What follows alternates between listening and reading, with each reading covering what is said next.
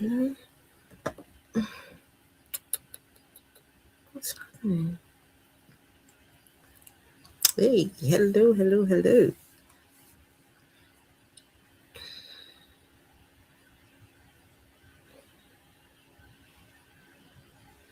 Okay, where is this?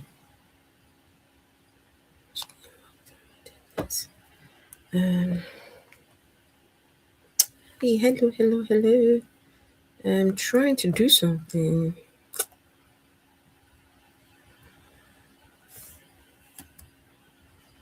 Okay, just give me a minute. We're going to get started in a minute.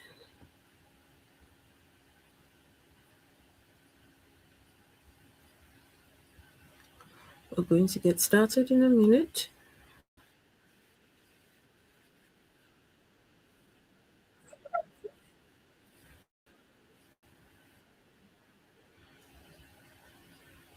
Oh no, she got it back. Okay, that's good.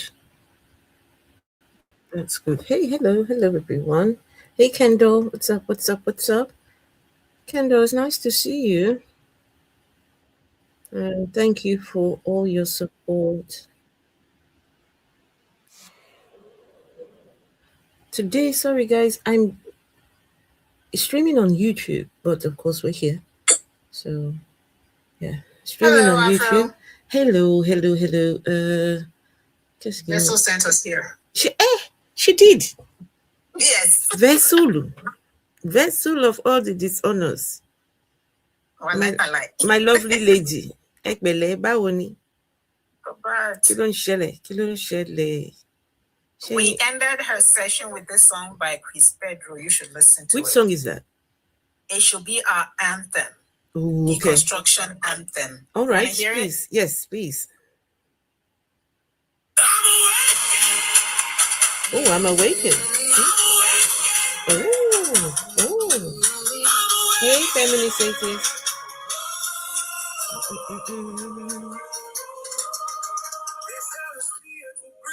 Oh, you're shocked to hear about their breakup. Indeed.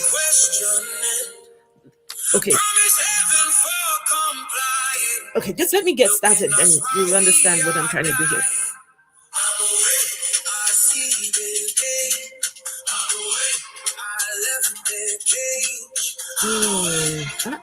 Whose song is this?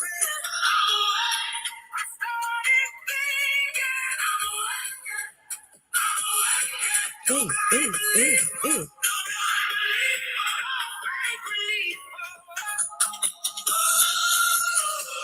Oh, this is nice.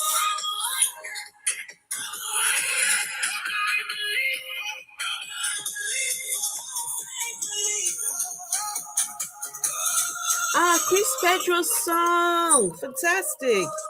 Right. Oh, Chris Pedro. That's so nice. Oh, that is so man.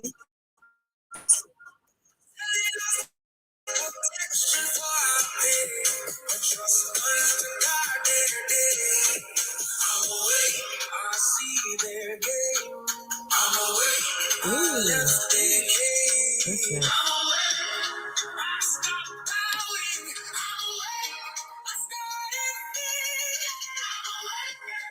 Always act so righteous. This cyberspace is full of. Listen, you'll understand what I'm trying to do here with this particular one. Just hold on, right? You'll understand. I'm not here to judge, right?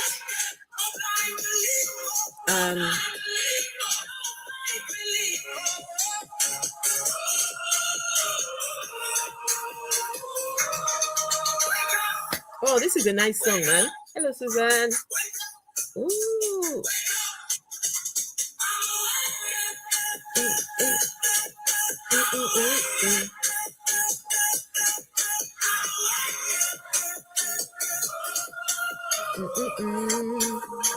That's a nice song. Oh, I love it. Absolutely love that song. That is beautiful. I'm awakened. It should be our anthem. Right. We should even have should even do a what do you call that now? trend. The one they do on the TikTok is they do all these dance trends and everything. Okay. Yeah. And he has many other songs like that. Oh, really? Yeah. Okay. He's on iTunes, on all the music streaming platforms. Okay. On YouTube as well. All right. No. Okay. Just sorry, my dear. I also have YouTube running. So I'm just mindful that please, people on YouTube, can you hear the other device? Please let me know if you can hear. But most of the streaming today is going to be on YouTube because I want to show the video so people can see. TikTok is very problematic when it comes to showing videos. They just do not like it. They very you know. Right. So okay. Now, very briefly, let's talk about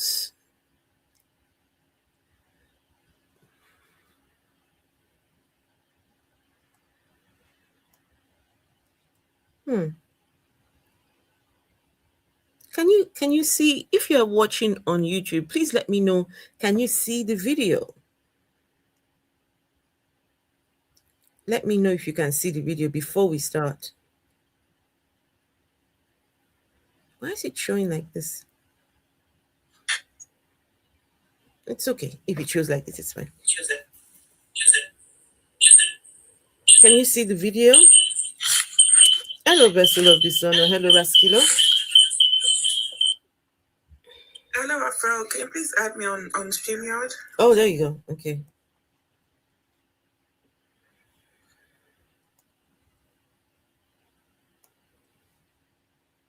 Okay, so we're going to get started now that Vessel is here. Say something on YouTube, Vessel.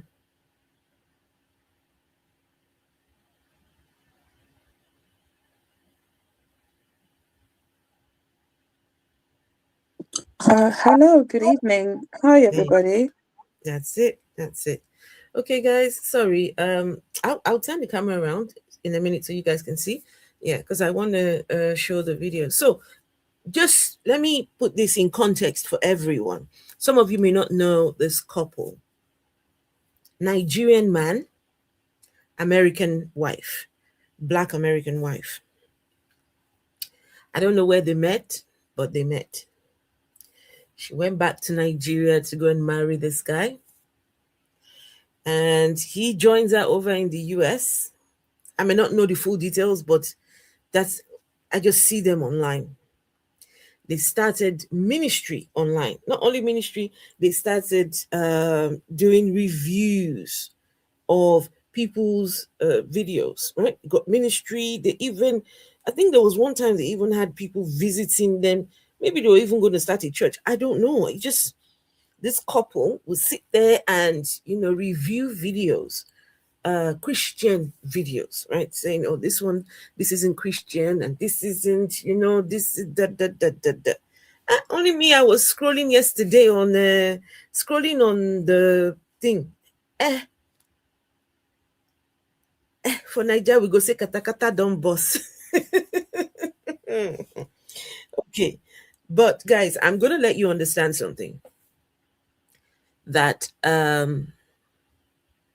marriage, it's not a do or die affair. It's not a do or die affair. If it's not working, it's not working. Right? If the person says they don't want, they don't. I mean, what can you do? But so it looks like things are happening in this marriage. Now, the reason why I've decided to do this particular video, I really do not bother myself with people's private lives. For me, it's more about the doctrines. For me, it's about the beliefs. But the reason why this is important is you guys will see how religion messes with people's heads, how what you believe messes with you even till your marriage. As far as this lady is concerned, whatever is going on here is a spiritual attack. She is so delusional. She is so delusional. It is mind blowing. Vessel, do you know your video is on? Yes, I'm trying to fix it.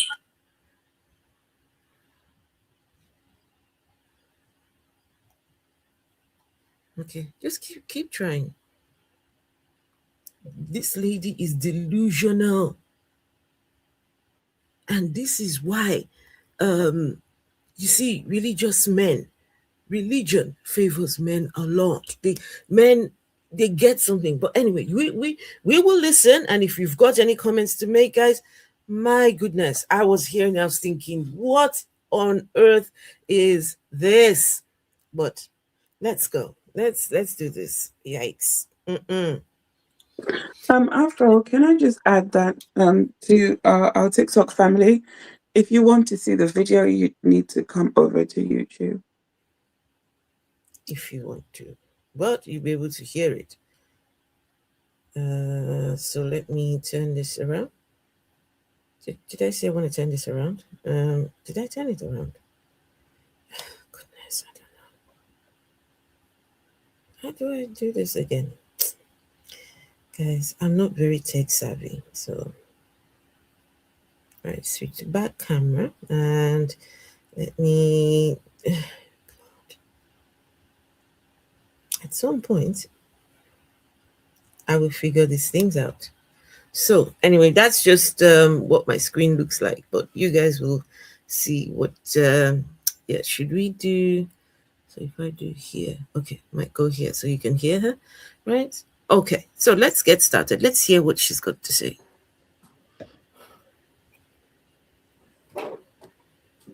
Just waiting for some more people to come in. It's late. It's 10:42. I know everybody probably sleep right now in America for sure. Hello, everybody. I'm going to take her forward because it's a 30-minute long video. Hello, everybody. Hello. I don't care about what they think because I know my lifestyle. I live a saved life, and it has gotten out of control, everybody. And y'all can see the difference in my husband. I don't know if you can tell. Thank you so much. I love you too. I love you too. I'm not gonna keep it private. Okay, I'm gonna keep it private. But I've been getting a lot of prophetic dreams, and y'all know I do. And I've been seeing a lot of witchcraft attack in my dreams. And when you see cats and you see snakes, I've seen a lot of cats and snakes in my dream. And it was concerning me and my husband's marriage. I also see me and my husband was in a truck in a dream, and he was driving to my hometown, and I was crying about it in the dream. And I was, trying to warn him, don't do this. You know what I'm saying? And I was having a lot of dreams and stuff like that. And I was trying to inform him that we need to pray together because the enemy's attacking. So I also had a dream that I seen a tornado. And I said, babe, it's getting out of control. You know what I'm saying? We've been married for 14 years, and the enemy has been attacking our marriage for so long, to be quite honest with you. A lot of disagreements, a lot of arguments, and it's all stemming from witchcraft. And a lot of people don't believe in witchcraft. Stemming from witchcraft. Guys, I want you to think about this, right? There's 8 billion people on this earth. 8 billion. And some spirits or demons, or I don't know what these things are, decide that we want to attack marriage. This not just any marriage, but this particular people's marriage. I mean, come on. Yeah. What I do marriage attack by spirits or witchcraft or whatever this is. I don't know. But anyway, let's carry on. You guys will hear a lot of delusional stuff. When I watch this, I see what's going on here. It's obvious. The man is done. The man is done. Niger man recently went to Nigeria. He came back, he changed. And, okay. Afro, what are you Huh? trying to say? What do you mean? What are you trying to say here?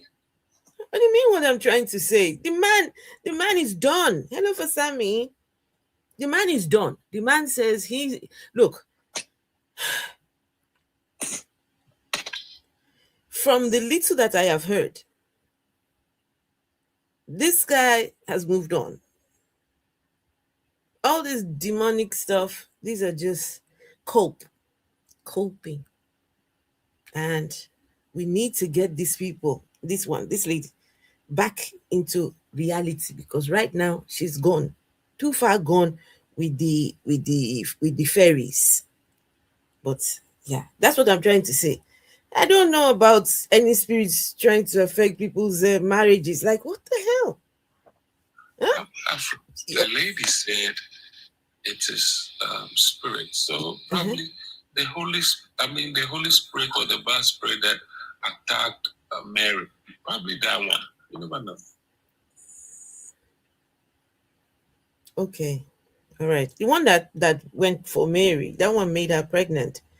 I don't know if it would be the same spirit. Anyway, we'll see. Well, let's carry on. Stemming from witchcraft. A lot of people don't know this, but as a Black American woman married to a Nigerian man, it comes with a lot of warfare. It comes with a lot of warfare, everybody, because it's a lot of attacks when it comes to jealousy, and they don't like to see progress. And so when they don't want to see my husband progress, they also attack me. Oh, yeah. So that they have attacked my legs, they have attacked my mind. They tried to attack my mind. That they have it to the point that we couldn't do conferences because they attacked my legs. They have attacked. Wait, too. They have attacked her legs. They have attacked her mind. Hello, Ria. Who are these people that are doing this attack?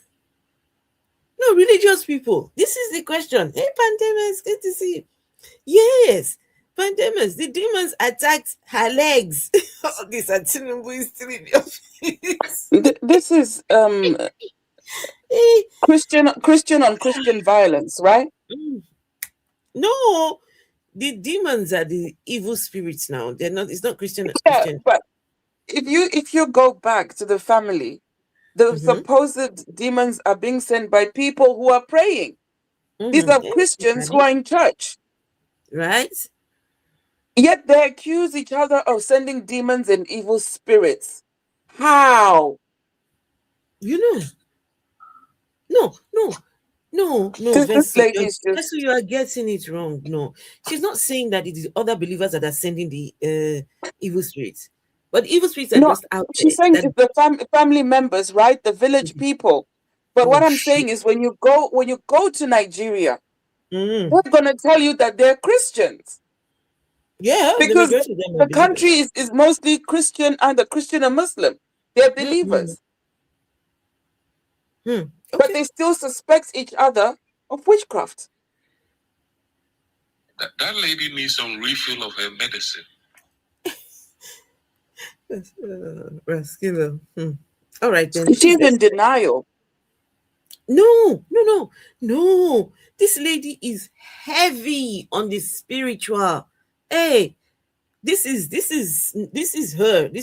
She is heavy on these things. She is invested. How do you know when the spirit is attacking your legs? Okay. That's why she needs a refill. She needs some medication. Oh, okay. Let's carry on. Attack my womb, to the point that they don't want us to have children. All of that. I've gotten pregnant by my husband several times. They have taken the child away. Now let me tell you something. She's gotten pregnant by her husband several times. Bear in mind, guys, she's got 5 children of her own. Right? Wait. Who is they? 5. I don't know who they is. This is the thing with the spirit. This is the thing with people that believe in spirit and spirit kingdom. You just live in perpetual fear of a place that you can't even... She believes in a God. Why is the Holy Spirit not fighting for her? Hi. Isn't the Holy Spirit another spirit? Maybe it is even the Holy Spirit that is causing their problems. Who knows? It's hard to tell with these spirit things. How do you know what's happening in this spirit? Anyway, let's carry on, guys. Oh my goodness. When me and my husband first got married, I got pregnant by my husband. When I came back to America, because we got married in Nigeria, and I got when I came back a month later, I knew I was pregnant. I took a pregnancy test, but it was very faint. Y'all know some women go through that. It was very faint, and that was weird to me because I've had 5 kids. I've never seen a faint pregnancy test before. But I said, well, I can't do nothing about it. So my husband had a prophetic dream that the Lord revealed to him that I was pregnant. And I said, well, I don't know what to do. but for some reason it wouldn't show in the scan. It wouldn't show on other tests of mine as well. So one day our son, he was in elementary school, and he while he was in school, a woman, and she had blonde hair and white clothes all over. He said he'd never seen her before. And he came up to her and he said, I want you to tell your mother that she's pregnant. All right. So I said, wow, that's confirmation. My husband had a prophetic dream. I knew I was because I was feeling sick. I had a faint pregnancy test. The angel of the Lord, our prophetic. Thank you so much for the gift. Our son didn't even know we was having these conversations about me being pregnant. He went to school. The Lord told him. He ran back home. He said, Mom, some lady that looked like this said that you're pregnant, right? So me and him, we had a good prayer life together, and we was probably never been through this before. I never been through this type of attack before. Okay. And I never had anybody attack our my children, but when I met my husband, I began to realize what warfare is. And so one day when I was in the bed, because I worked overnight, I had an overnight job. My husband was in Nigeria. He hadn't come to America yet. When I was in the bed, and this is what I want to tell y'all some months ago, but I said, no, nobody ain't gonna believe me, but I don't care. Y'all gonna believe me today. I was in the bed, and a demon choked and tried to strangle me like this. I didn't see the demon. I felt it choke me. And then it went to my womb, shook my womb, and took the baby out. That was the first attack I have ever been through. And I was shocked about it. Right. So I told my husband this. Guys, hey boy, this level of hey, you didn't see the demon. But the demon, what? Was trying to choke you. And then performed the DNC.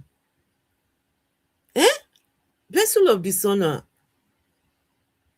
Where has vessel of dishonor gone? Demon, they do DNC. Sorry, I'm boiling my kettle. Bit noisy. It's okay. Demons are doing DNC now. Hi. I'm from. What is this now? It seems like the demons are doing more than the Holy Spirit at this point. How can the demons are doing more than the Holy Spirit? But how? How can the spirit just decide, you know what? She's laying on her bed there. Let me go and choke. Guys, look, because we are atheists, we don't believe in any of these, your spirit kingdom and the demons and the ghosts and the angels and God. And, of course you can't see any demon, but you're certain it is there. You're certain that the demon came and took your baby out. What is wrong with you? The process is called DNC.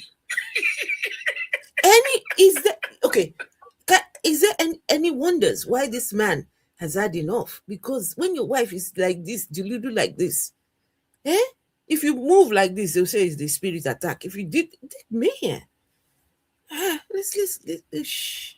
And he was like, wow, they took the baby. I said, yes. My husband believed me, right? And so after that, long story short, my husband came to America or whatever. We was having some disagreements because our culture is different. And we also know that the enemy was attacking our marriage because prophets were also telling us this. And we also know because we've seen it through our dreams and visions. And my husband was taking it very serious during these times. And y'all know my husband, the way he even looked at me on camera, you can tell that he was in love with me. He loved me and stuff like that.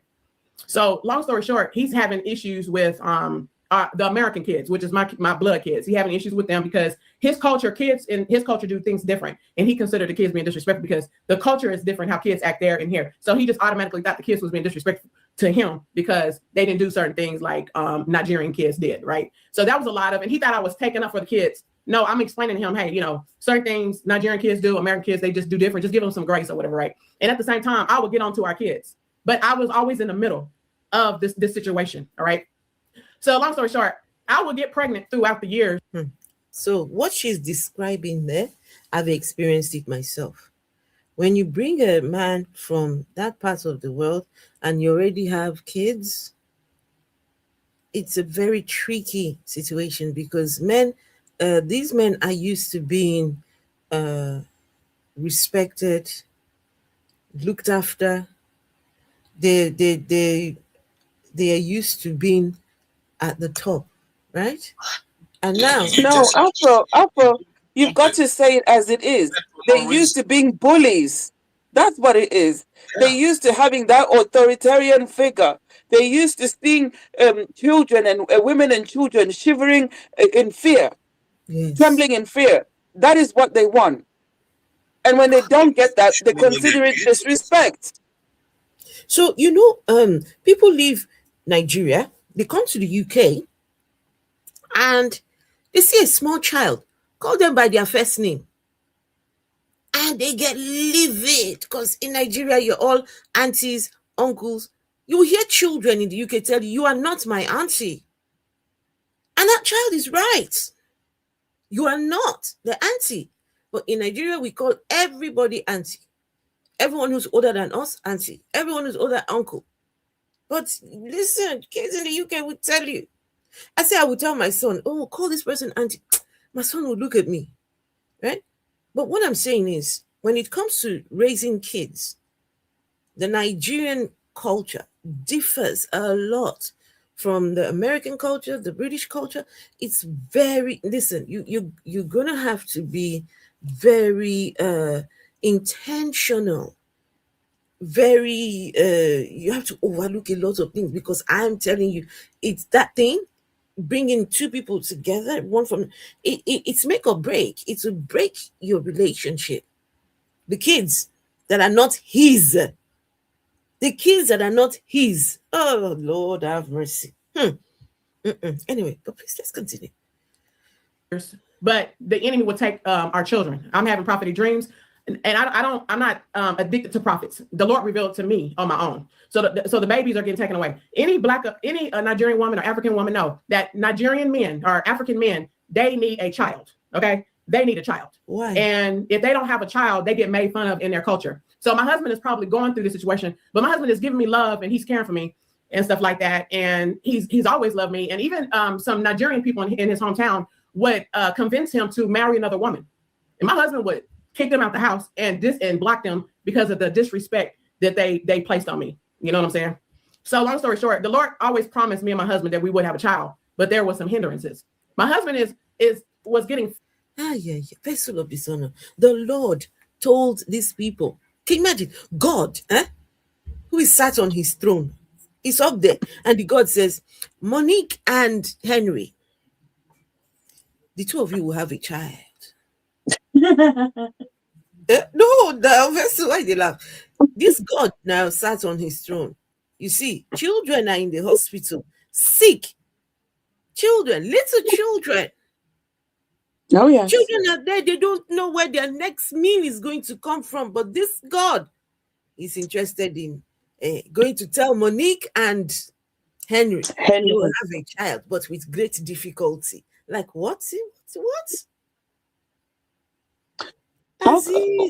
Why does that sound like in Genesis, where God told Eve that in great difficulty you will bring forth children? Mm-hmm. Their God is used to this kind of stuff. He just likes to see women in difficulty. But guess what now, Iron Man? Isn't the God the one who created the difficulty for the woman? Remember, he cursed the woman because she ate a fruit. You cursed the woman because, she was eating a fruit. Now make it make sense. And now he's saying, you're going to give birth, but with great difficulty. Yeah, that's his plan. That was what he planned. Wants women to suffer with great difficulty. So anyway, frustrated with it because he also know that I did tell him that I won't be able to have children because I got in a major car accident in 2005. And the doctor told me that I don't need to have no more children or whatever like that. So I did tell my husband before I married him, and he was like, everything is cool. He said, listen, I seen in a prophetic dream that we're gonna have 3 children. So he was okay, right? Now that's how it gets. He's desperate. He's in Nigeria. He's going through. So he's willing to marry me anyways because I am American. You know what I'm saying? So I told him the truth and all of that. So he was being very patient and all of that. So that's one truthful thing I've heard her say. He wanted to marry you because you're American. Bro, Wait. Exactly. Did she say that it's enemies that are stopping them from having kids together? Yeah, they're stealing Now the she's babies saying now. that she was in an accident and the doctor told her she's not going to be able to have kids anymore. Which Yeah. one you go believe? She had 5 kids already. She's All got 5 join kids now, guys. All before the join. marriage. The moment Guys. I heard that she's got 5 kids of her own, and Yeah. this guy was willing to marry her, I just knew it was for papers, There you right? go. Because it is very rare. Mm, African man with his pride and ego to marry someone with 1 child is even problem. 2 children is even 5 kids. Can you imagine? I only know 5. one African man that has done that, and it was because he was so in love with this woman, and they're still together until Oh, now. how many children did she have? Okay. She had, is it 6? It No, was- she had 5, and then she had 2 for him, making a It's, total of it's, 7. it's not impossible. It's not It's not impossible, but most of them, they just there to get what they can get. Did the Iron Man, that guy you're talking about, did he have his papers?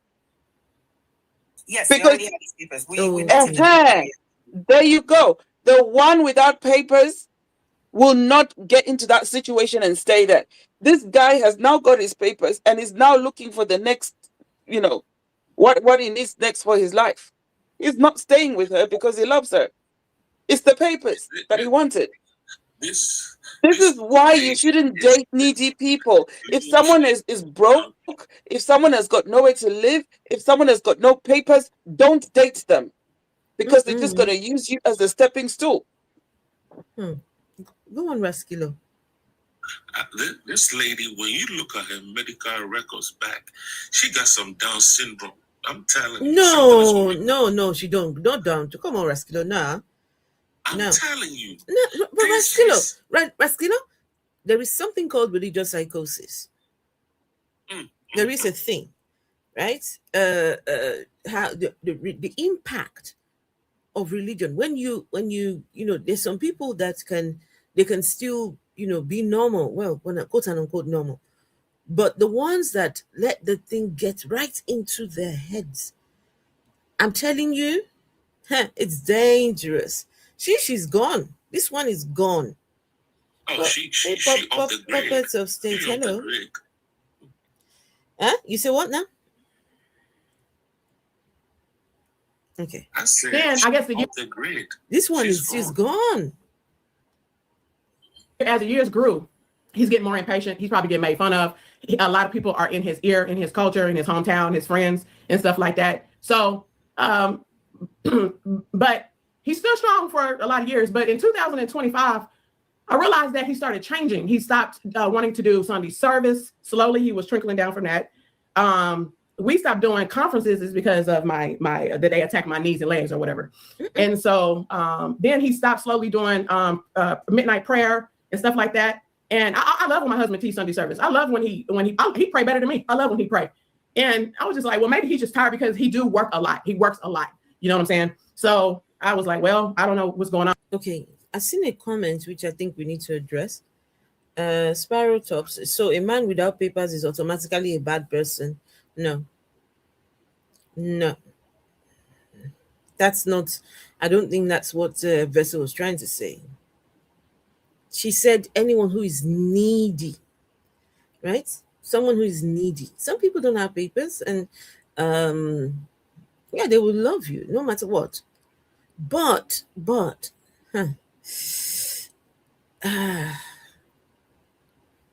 with what we have seen so far, it's not that sort of gamble. I don't know. It's the percentage the thing is failing. Go on. Yeah, the thing is, when somebody is needy, you don't know whether they've got ulterior motives or not. We had that guy post on the internet, good-looking young buff thing, talking about he needs a place to stay. He's looking for a female to live with, right? What he wants is somewhere warm, somewhere where bills are paid. He will He's just exist. there. Homosexuality is a thing, Say right? it again. You say no, we can't hear you. Say it's what? Homosexuality. Yes, Not homosexuality. homosexuality, but No, homosexuality. homosexuality. When men who don't have accommodation will date women for the specific purpose of attaining a place to live. Mm-hmm. And they target single mothers because Yes. they know a single mom will always have food in the fridge. She will always cook because she needs to cook for the kids. She will always pay the bills because there's kids in the house. Mm. And she will have a car. And he'll use her car to cheat on her. Right? So some of these things you need to wisen up. You need to, wise up and What happened to Vessel? Vessel, what happened to you?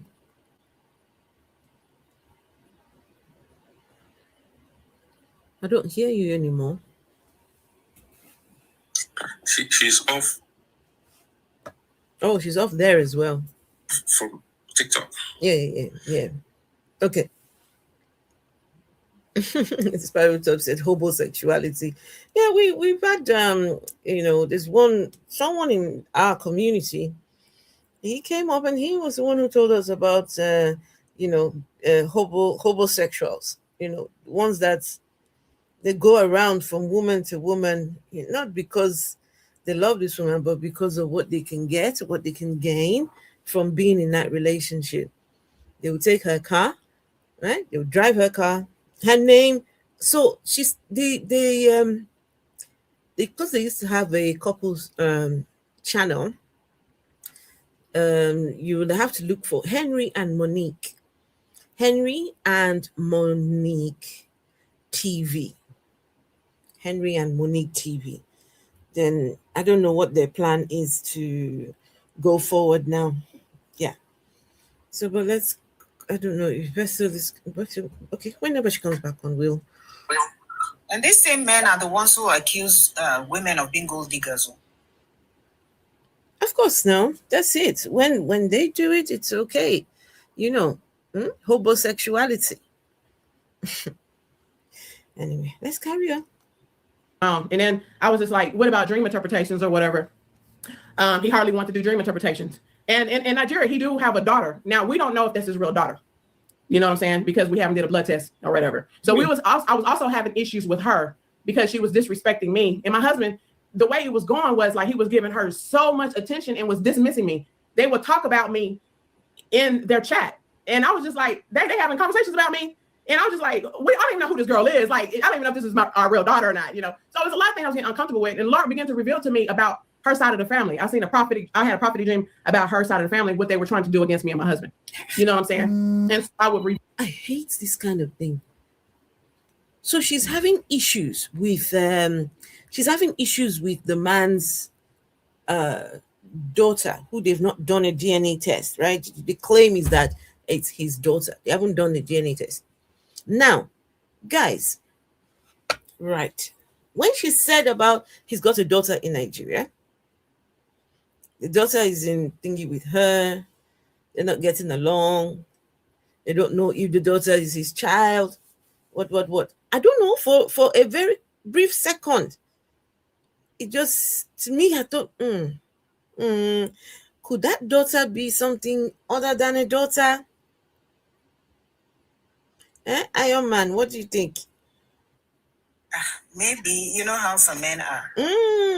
I heard the case of a man who invited his niece into the home, and the wife was taking care of the niece, not knowing that she's the side piece.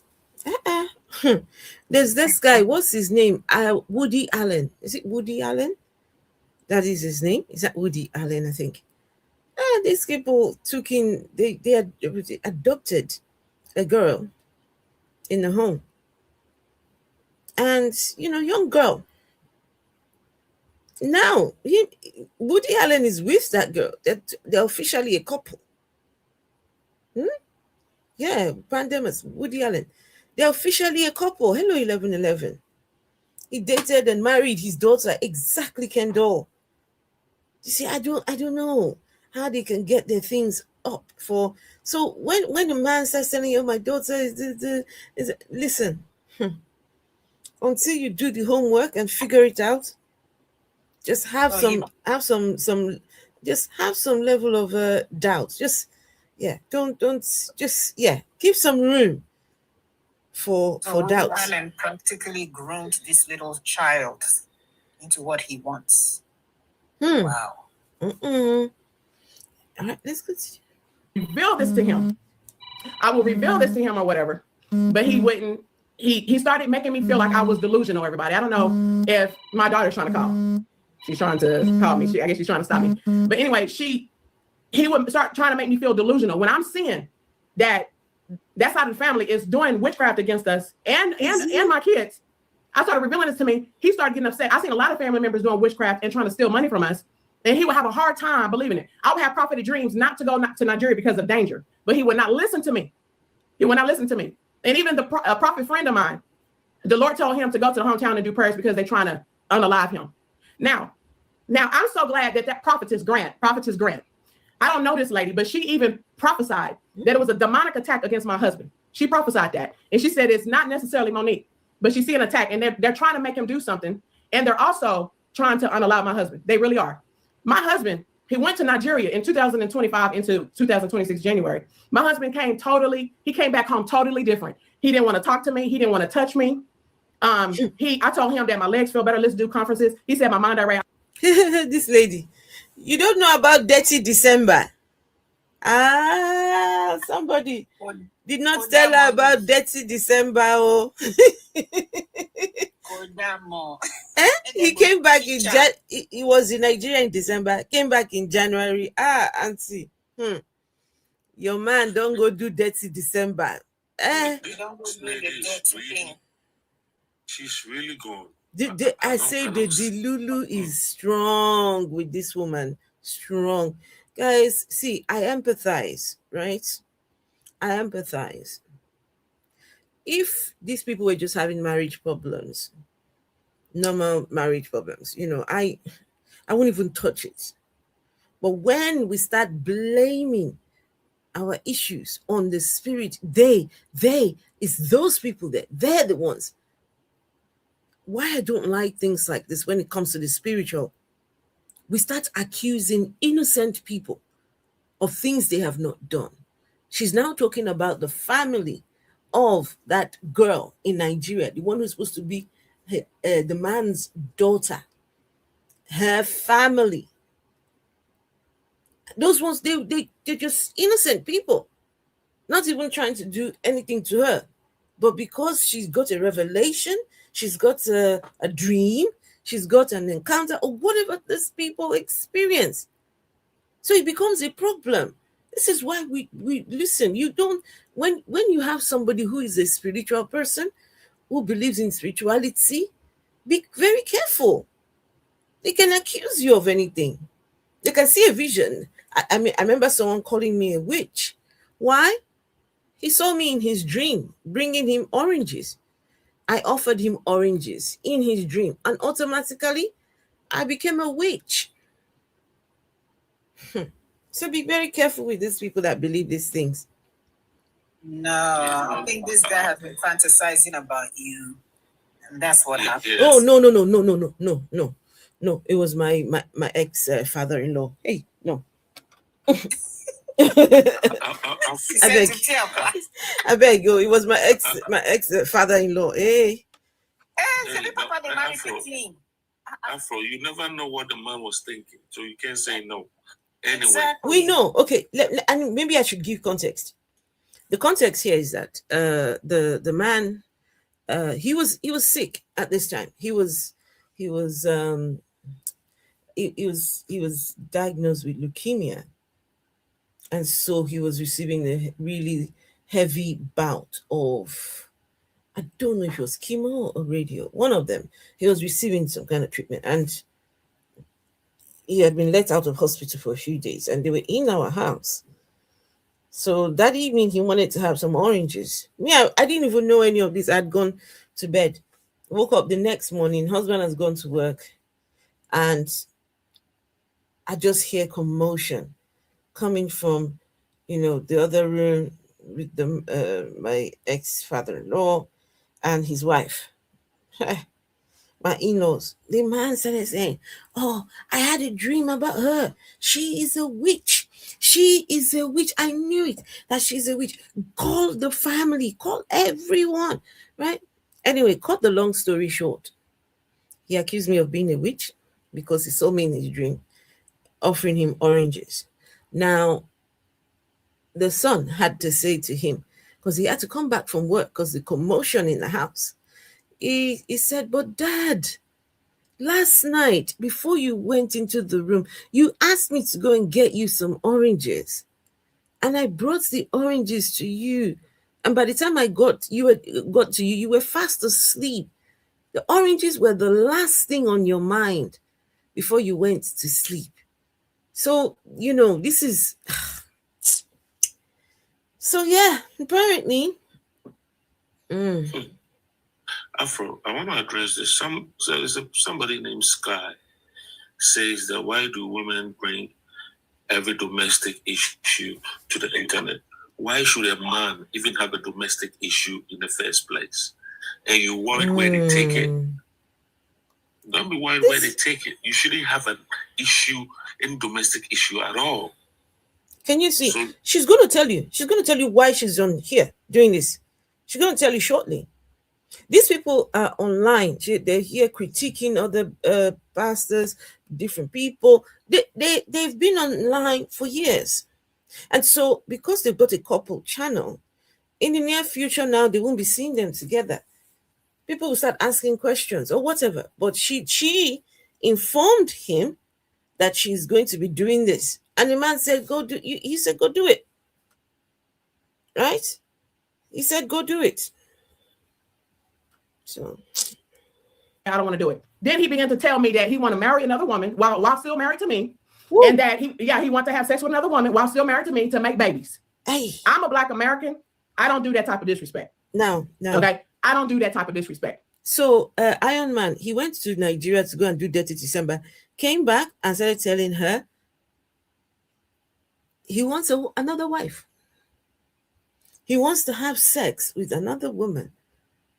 So he can married her. So he can have babies. Oh my God. I hope you guys can see there is nothing spiritual with any of this. Nothing. The man don't find himself in a babe for Nigeria. Very soon now, he filed for her to come and join him. The divorce, this is so straightforward, eh? Straightforward. There's no spirituality involved here. Just that all the lies that he'll be concocting, feeding into her delulu, right? Feeding into it, making her think that, yes, indeed, that your delusional mind is exactly what is happening.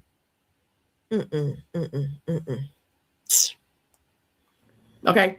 I'm not saying all African women can put up with that or do that, but Monique, no. I'm not in a polygamous marriage with nobody. Now, long story short, when he said that hurt me. That hurt me so much. And I actually was like, well, maybe he said it just because he just was mad. So long story short, I told him, "I forgive you." And he said, I didn't ask you to forgive me. I didn't ask you to forgive me. He said, "You should have been begging me to sleep with another woman to have a child." I said, "Say what? This is not my husband. This man that y'all see on social media right now, I cannot recognize him. They have demonically attacked my husband. They have transferred his mind to a demon. I don't even know who he is. I need your prayers. I'm desperate. I know this probably gonna go everywhere, but my husband is getting attacked spiritually. My real husband is a sweetheart. He's a kind man, but they're gonna convince this man to marry another woman, to disrespect me, to make that's what they're trying to do. And they're gonna try to unalive this man. Now, I wish that Prophetess would have made a video. I don't know if she did or not, but you can see it in the community feed or somebody posted it. Everything that the Lord revealed to her is true. They have attacked this man so bad that I cannot recognize him. My husband really, truly, truly loves the Lord. He loves me. He loves our kids. But this man and also he left because I told him to leave. I said, I'm not putting up with that type of conversation. Leave. I told him to leave 3 times. Leave. Okay. I said, when you come back and be the husband that you used to be, you can come back and be here. Okay. And I stood up, and I was walking to him, and he was acting like he was afraid of me. He was walking around the couch, and I wanted to hug him and be like, babe, who are you? This man had the nerve to call the police. He called the police, everybody, and made them feel like that I had him in danger, everybody. So he came back with the police, and they was like, ma'am, calm down, everything. I'm over here chilling on the couch. Ma'am, calm down, everything's gonna be all right. I was like, what are you talking about? Well, he said that, you was a little upset. I'm like, I don't even believe in abuse. You know what I'm saying? So that was probably another thing that they convinced him to do, because a lot of Nigerian men do that. What they do, they'll call the police on you to paint you out to be crazy, so that it won't be like a citizenship green card situation. So women, be very careful with that. Honey. But long story short, he packed up his stuff. He left. This dude got a whole new apartment. Left me. I don't even have a job, y'all. I do not have a job. He left me with all the bills. We have a mortgage, car payments. He left. And I know he got another apartment, because I seen that he bought a couch at this new apartment, everybody. And I know that I'm putting a lot of my business out there, but I'm keeping it real, everybody. I told my husband that I know that this is a witchcraft attack. Wow. My husband looks at me like I'm crazy. He thinks I'm going crazy. He called my parents, telling me all she's saying is witchcraft, witchcraft, witchcraft. This is a demonic attack, everybody. Mm-hmm. I'm asking for your prayers. My husband, my husband really truly loves the Lord, and he truly loves me, but they have turned this man into somebody that I cannot recognize. A lot of women have been through this, but I never expect for me to go through this. My husband, before we go to Nigeria, we usually fast for 2 weeks before we go to Nigeria, because we know the witchcraft attack. This time he didn't do it, and the Lord told me not to go because of danger. In a dream, I was in Nigeria, and I was looking for my husband, but I could not find him. And I told my husband, I said, babe, you should not go to Nigeria. You know what I'm saying? And he said, well, you were looking for your husband, you couldn't find him because he's with somebody else or something. I don't know. But guys, can you see? The man is living his best life. And she said he's attacked by demons. The man, this is a clear case of a man whose eyes are out there. He's out there. He's no longer with you, ma'am. The man is gone.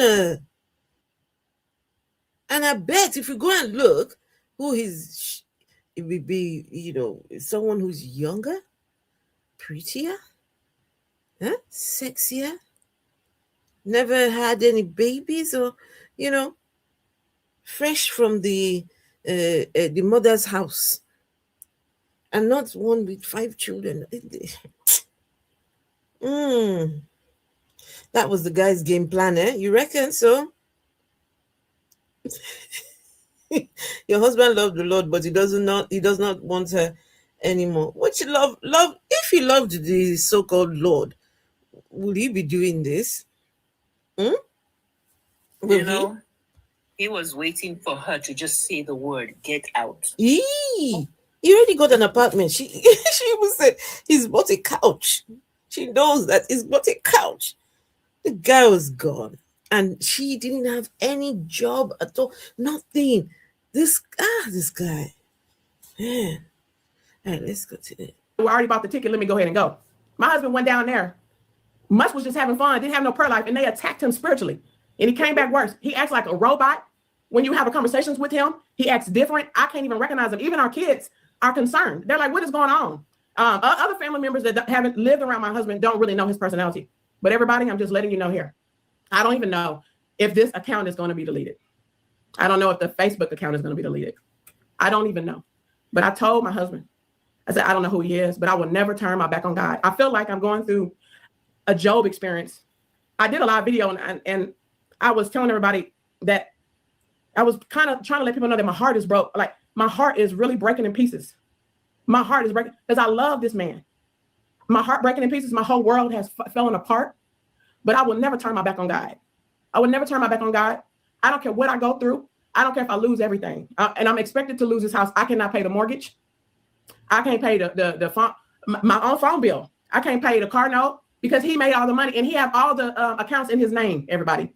All the accounts, YouTube, Facebook, all the accounts is in his name. Okay. But my kids got my back, but I don't like putting burden on my kids. Okay. But not to tell you this to make you feel sorry for me. I'm just letting you know, I don't know how long I'm gonna be on this YouTube. I can link maybe I can link a YouTube or whatever, so that I can keep doing ministry, because the Lord told me don't stop doing ministry. The Lord told me that he he's just possessed right now by the devil. They put a spirit in him that I should have grace on him. I forgive my husband. I forgive him. And he's probably gonna watch this video and he's gonna still think that I'm crazy, but I'm not, y'all. I just don't know what's going on. Y'all saying prayers over your family because of stuff like this. You know, just pray. I just don't know. I just don't know what to do, everybody. I've been crying and I'm trying not to be depressed. Oh, wait, let me pause that. Okay, go on. I'm thinking, you know, she said it twice that the man makes all the money and all that. And I think, is that the reason why she's not even letting this man go based on all what he's doing? Because you can pay the mortgage, you can do whatever, even a phone bill. And so, I mean, this man did everything. You know what I'm saying? So that might even make you want to really rely on him anymore. You know what I'm saying? You will still want to be with him, but you know it's over. You know, this is the thing, right? Most of these are my opinions. Crazy. This is my opinion. To be fair, this is my opinion. A lot of these women have seen issues with Nigerian men, right? How they treat, say, American women or women in general. They've heard all these things, but when it comes to myself and my own man, no, mine is different.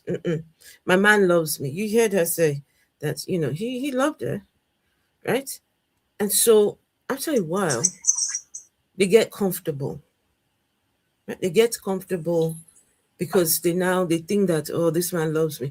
And also because they are public figures, right? Their videos all over the place. They were even starting a ministry because their thing was, you know, the couple stream was all over the place. So, you know, she gets very comfortable in the fact that, yeah, this is my husband. He's come to stay. He's a man of God. He's a man of God. Right? And that's, I want you to realize something too. You see, in the culture of Black Americans, you know, the women have to work to support the men in a way these days. So she not doing that. And this guy is doing everything. He takes it as love. You know what I'm saying? That is where she takes it from. So she, if you realize what she said, she can't go back. She doesn't even know how to live right now. So she thinks what a man did everything for her means love. Could it also be a plan from him to render her useless? Exactly. For a time like this. It's all planned. And guys, what woman with 7 kids? No, 5. Doesn't have a plan B? 5. No savings, no job. You've got 7 kids. Exactly my point. No, 5. Oh yeah, sorry, 5. I was confusing with the other story that I heard about the one who had 2 kids. Yeah, you've got 5 kids. You know, no plan B. No, if this guy drops dead tomorrow, what are we going to do? The guy planned it from the beginning, and this is what they do. They will love bomb you until you're senseless. And then when they have you where they want you, they will drop you like a hot potato. Now she's online talking about demons possessing her husband. Engineer Toby, she didn't give birth to them all at once. No, she had them before she got with the Nigerian man. So please go on, Iron Man. Yeah, even the story that I told, the woman too wasn't working because it's virtually impossible to work when you have 5 children, school age. You understand? Unless you have maybe a mother or an aunt at home helping you manage. So women like that find it difficult to work and also look after their children. So that woman too wasn't working. But when she got with this young Nigerian man who was in love with her, he encouraged her to go back to school. She went back to school, studied nursing, and eventually became a nurse. So she learned to be up and doing like, Nigerian women. Yeah. So That was a success that is story. the effect of a real man. He will make you realize that you need, he will show you where you need to be. Do this, do that. Because he too knows that maybe he's there temporarily. When he goes, he wants to know that his kids are looked after. I'm sorry. I'm halfway to misandry, guys. So don't mind me. Oh no. I think for the man, yeah, you're right, Vessel, because anything could have happened, right? He could have fallen sick, anything.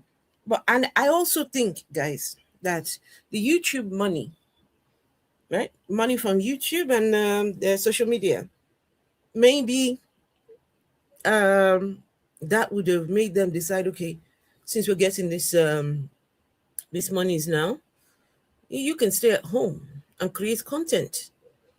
You just create the content while I'm out or whatever, So it's something else. Let's hear the rest of this.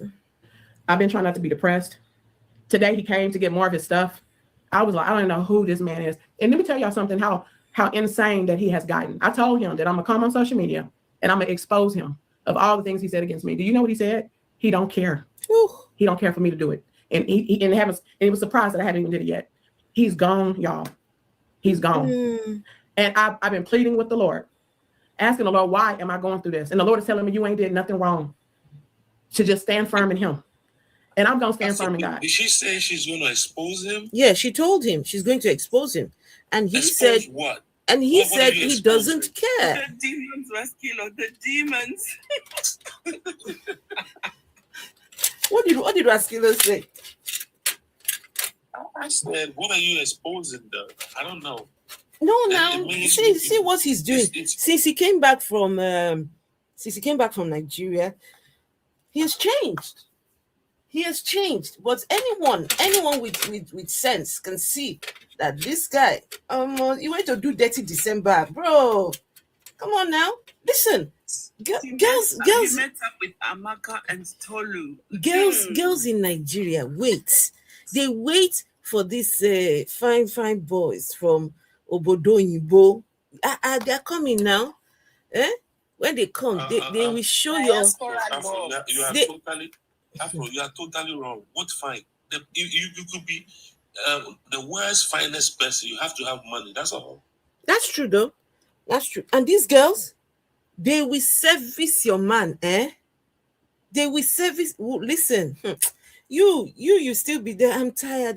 These ones, look, they will jump on top of your man's this thing and give him acrobatics, bust his head, so that when try his ass. when he's back in the United States, that's all he can think about. That girl, These people, they're ready. Okay, enough. Afro investment. Wait now. What is Raskilo busy? What is he busy going on about? Those girls act like the Duracell bunny. Have you seen that advert with the Duracell bunny? It goes on and on and on. Did you know they tire?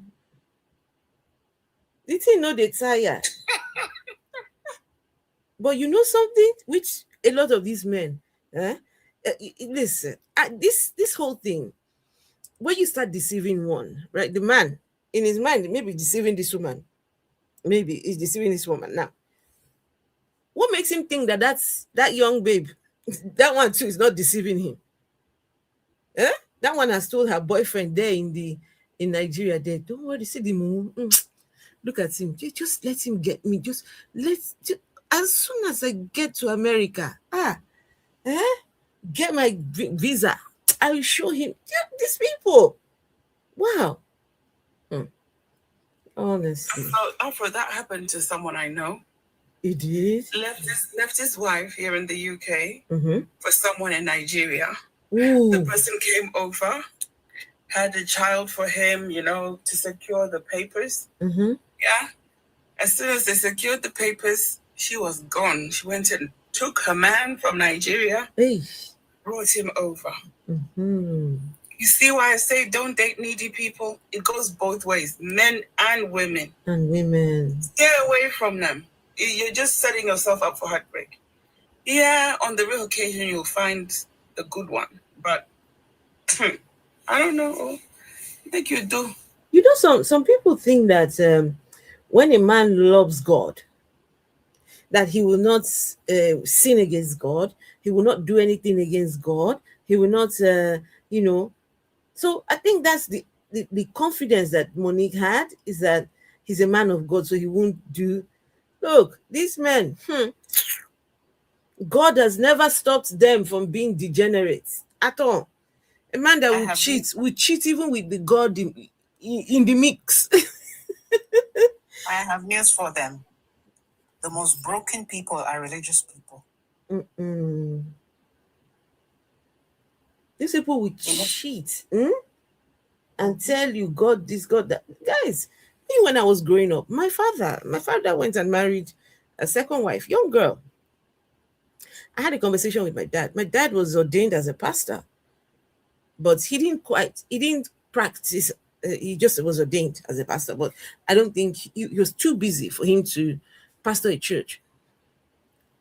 Went and married. One day I had a conversation with him. I think he was about 11 years old. I said, why are you doing this? You know what he said to me? My own father said to me, I follow all of God's laws. All of them. I follow them. But you see, this particular one, this is between me and God, he said. This particular one is the one he is not following. It's between him and God. He's only answerable to God. God alone is the one he's answerable to. But every other law, God has, he said he follows them. But you see this particular one, he must have his other woman. So do you know there was a verse in the Bible that there was a king, or I think an elderly person who was really sick, and they said if he's really sick, they did everything. They said the last thing. David. Okay. That was David. Okay, then it's David. When they brought the virgin, you see how he jumped up? No, he couldn't get it up. No, you couldn't get it up. These days, these people. Raskilo, he didn't get it up. He didn't get it up. Shortly after that he died. He couldn't get it up. Even with the young maiden, he couldn't get the thing up.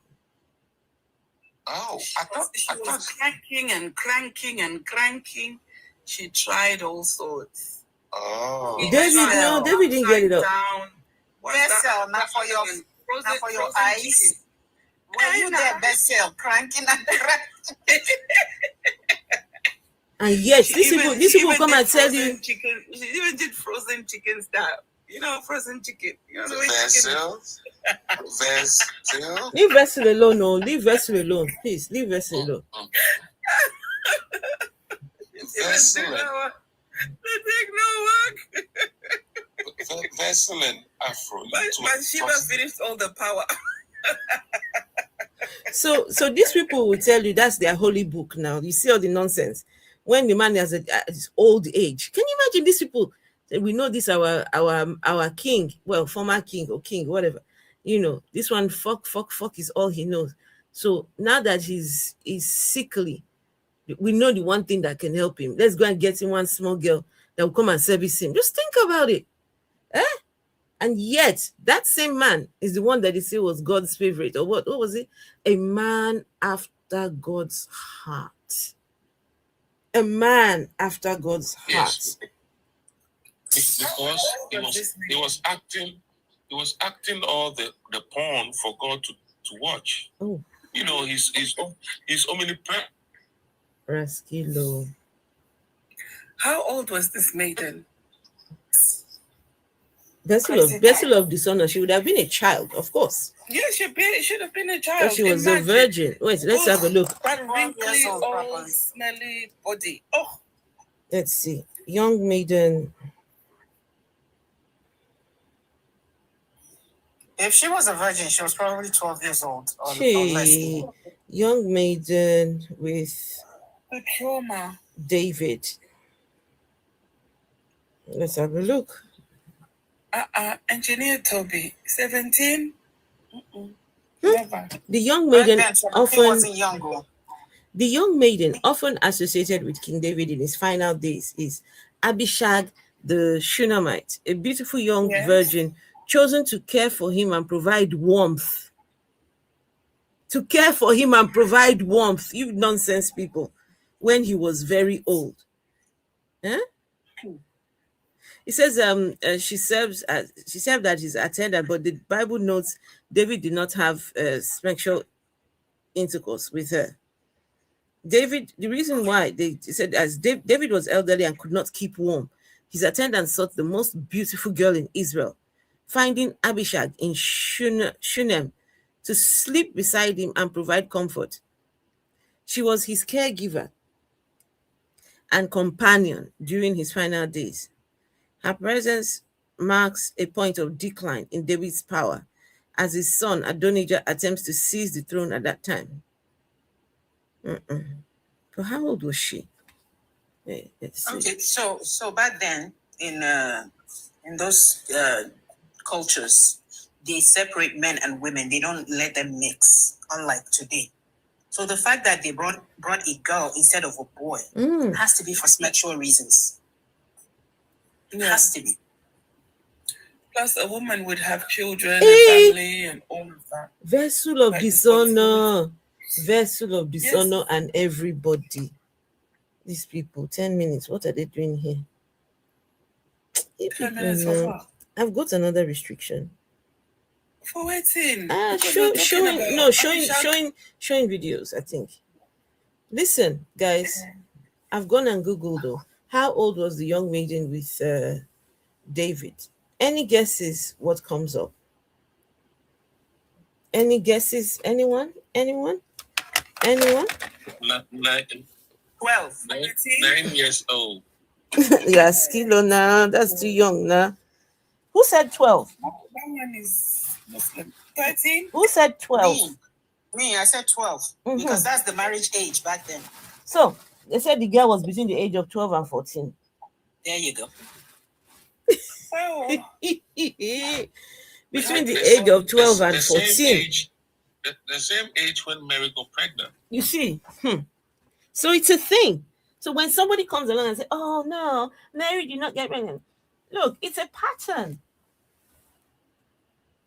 It's a pattern. Christians like to deny that. That's why I say, why don't you go on mainstream websites, not the Bible, and look up the culture of the region at that time? The younger, the better, they say. The younger, the better. That's how God likes them. That's how God likes them. And let's finish this lady's thing. God, this one is women and men of God. When you go through so much in life, don't ever turn your back on God, because Satan is the accuser. Yeah. He's the attacker. But Satan will not win. He's not. Listen, the enemy was making me feel like that I'm going to be embarrassed of this situation, and it is making me feel like I should kill myself, but I won't. I would never kill myself over tactics of the enemy, and I would never kill myself over no man. This is crazy. I never thought that my life would end up this way. I never thought this would end up this way. If my husband changed in the future, he changed. If he come back home, he come back home. But if he don't, I got to move on with my life. You do. I tried my best. I pleaded with the Lord, but this has gotten so out of control that I have to come live to let y'all know. Oh gosh. I feel sorry for her. And like I said, this life, keep my eyes on Jesus, sister. God has a purpose and a plan for you. Thank you so much. This live stream is not to condemn her, right? She's a woman, and unfortunately, this is what a lot of us have to go through. But the reason why I wanted to have this conversation was to highlight how, you see, in all of this, have you heard her blame him once? Have you heard her say it's his fault? He's the one who is being, either promiscuous or whatever. I don't know what he's getting up to, but she has blamed all of this on the supernatural. when it's straightforward what's going on here. He's no longer in love with her, maybe, I don't know. He wants to move on. He wants younger. The man wants kids. And if you guys know anything at all about the typical Igbo man, because a man is Igbo, a typical Igbo man, auntie, no.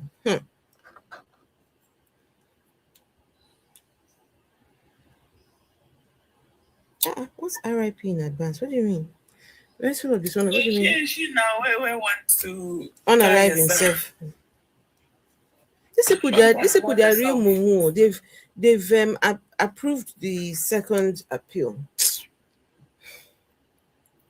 But Afro, don't You might want to remove the video from your screen and show your face instead. No, I'm not showing my face. I'm gonna put the what do you call it?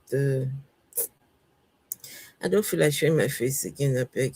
No, nobody needs to see my face again, guys. There's only one person I want to see my face, not everybody else. Who is that person? Who is that? What the hell? Why you people just jump on me like that? It better be me. Who is that? It should be Raskilo. You're the one calling yourself her baby daddy, so maybe it's you. I'm closer to Afro than Raskilo. Basil. I can get to Afro's house within an hour and a half if I put my mind to it. Raskilo, right now I can jump in my car and drive. I will sleep there. You have slept. You have slept here. I've slept in your bed. Exactly. Before Raskilo. but guys, do you realize what even went on right now? So this even proves that this God of the Bible doesn't even exist, because look at how this woman is blaming everything and counting on God to do something, and it has never happened, and she's even giving up. This should tell you there was nothing like this God of the Bible. And also, for people that have been working for God, these are ministers for God.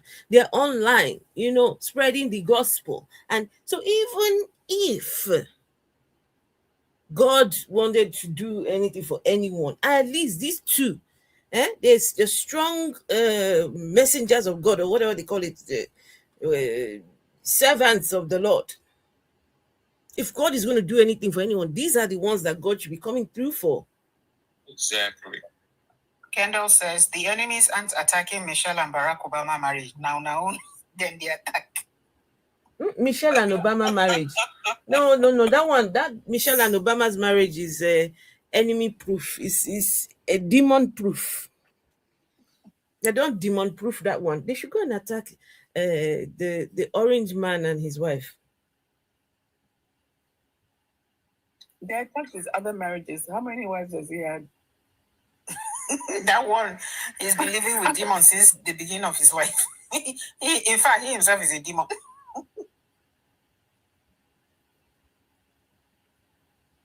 The guy told her. She said, "Oh, I'm going to go online. I'm going to expose you." The guy said, "Don't care." When the man starts telling you he doesn't care what you choose to do, you want to expose him, he says, "Go ahead." My sister, that guy is gone.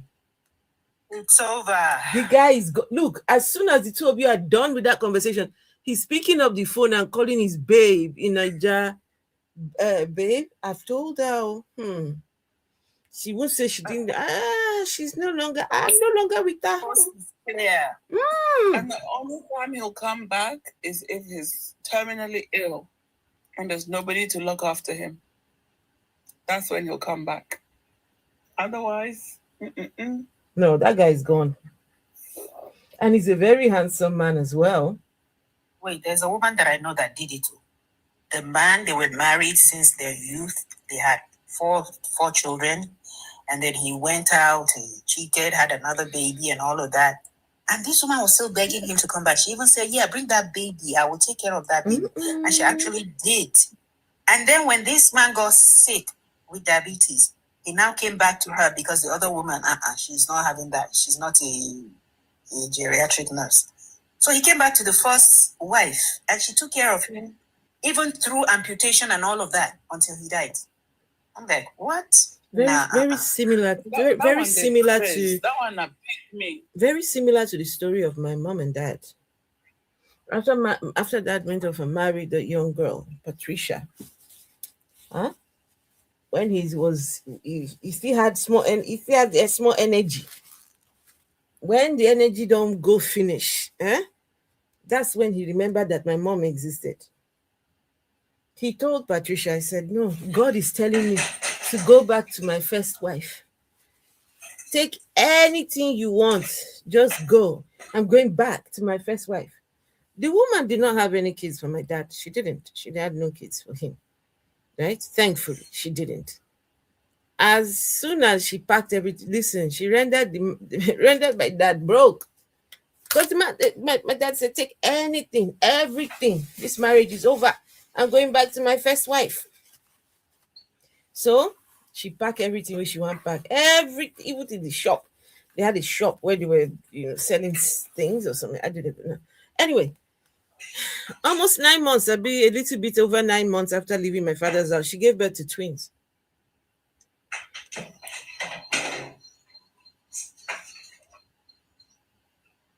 A little over 9-10 months, she gave birth to twins. Oh, not from my father. Oh, those twins were not from my dad. They were from whoever it was. She harped onto as soon as she left the man's house.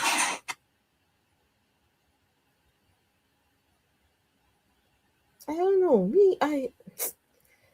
I don't know. This whole relationship thing, I don't know. It's just if you want to be polyamorous, I think people are getting more and more open-minded. Let the person know, persons, if this is what you want to do, or if you've lost feelings for the person, be honest. What do you guys think? Mr. Sarugwe, how are you? Says, I heard somewhere that they are doing Sharia law. There's already Sharia law in Nigeria, no? They're clamoring for Sharia law. They want it desperately in Yoruba land. In the Yoruba land, they want to bring it in the same way they have brought it in the Hausa land. Kwara State, in fact, in Kwara State, there's loads of them there that don't even consider that they're Yoruba, right? They think that they are Hausas. They think that they are Fulanis. Yeah?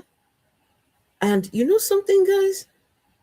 In Nigeria is a very is a country that needs to be studied. I'm telling you, when it comes to religion, the people in the north of Nigeria think that they are the closest to Allah than the people in the south. They reckon that they do Islam better than the people in the south. And they all worship the same God, though. But they have a is it classism, or which one is this one now?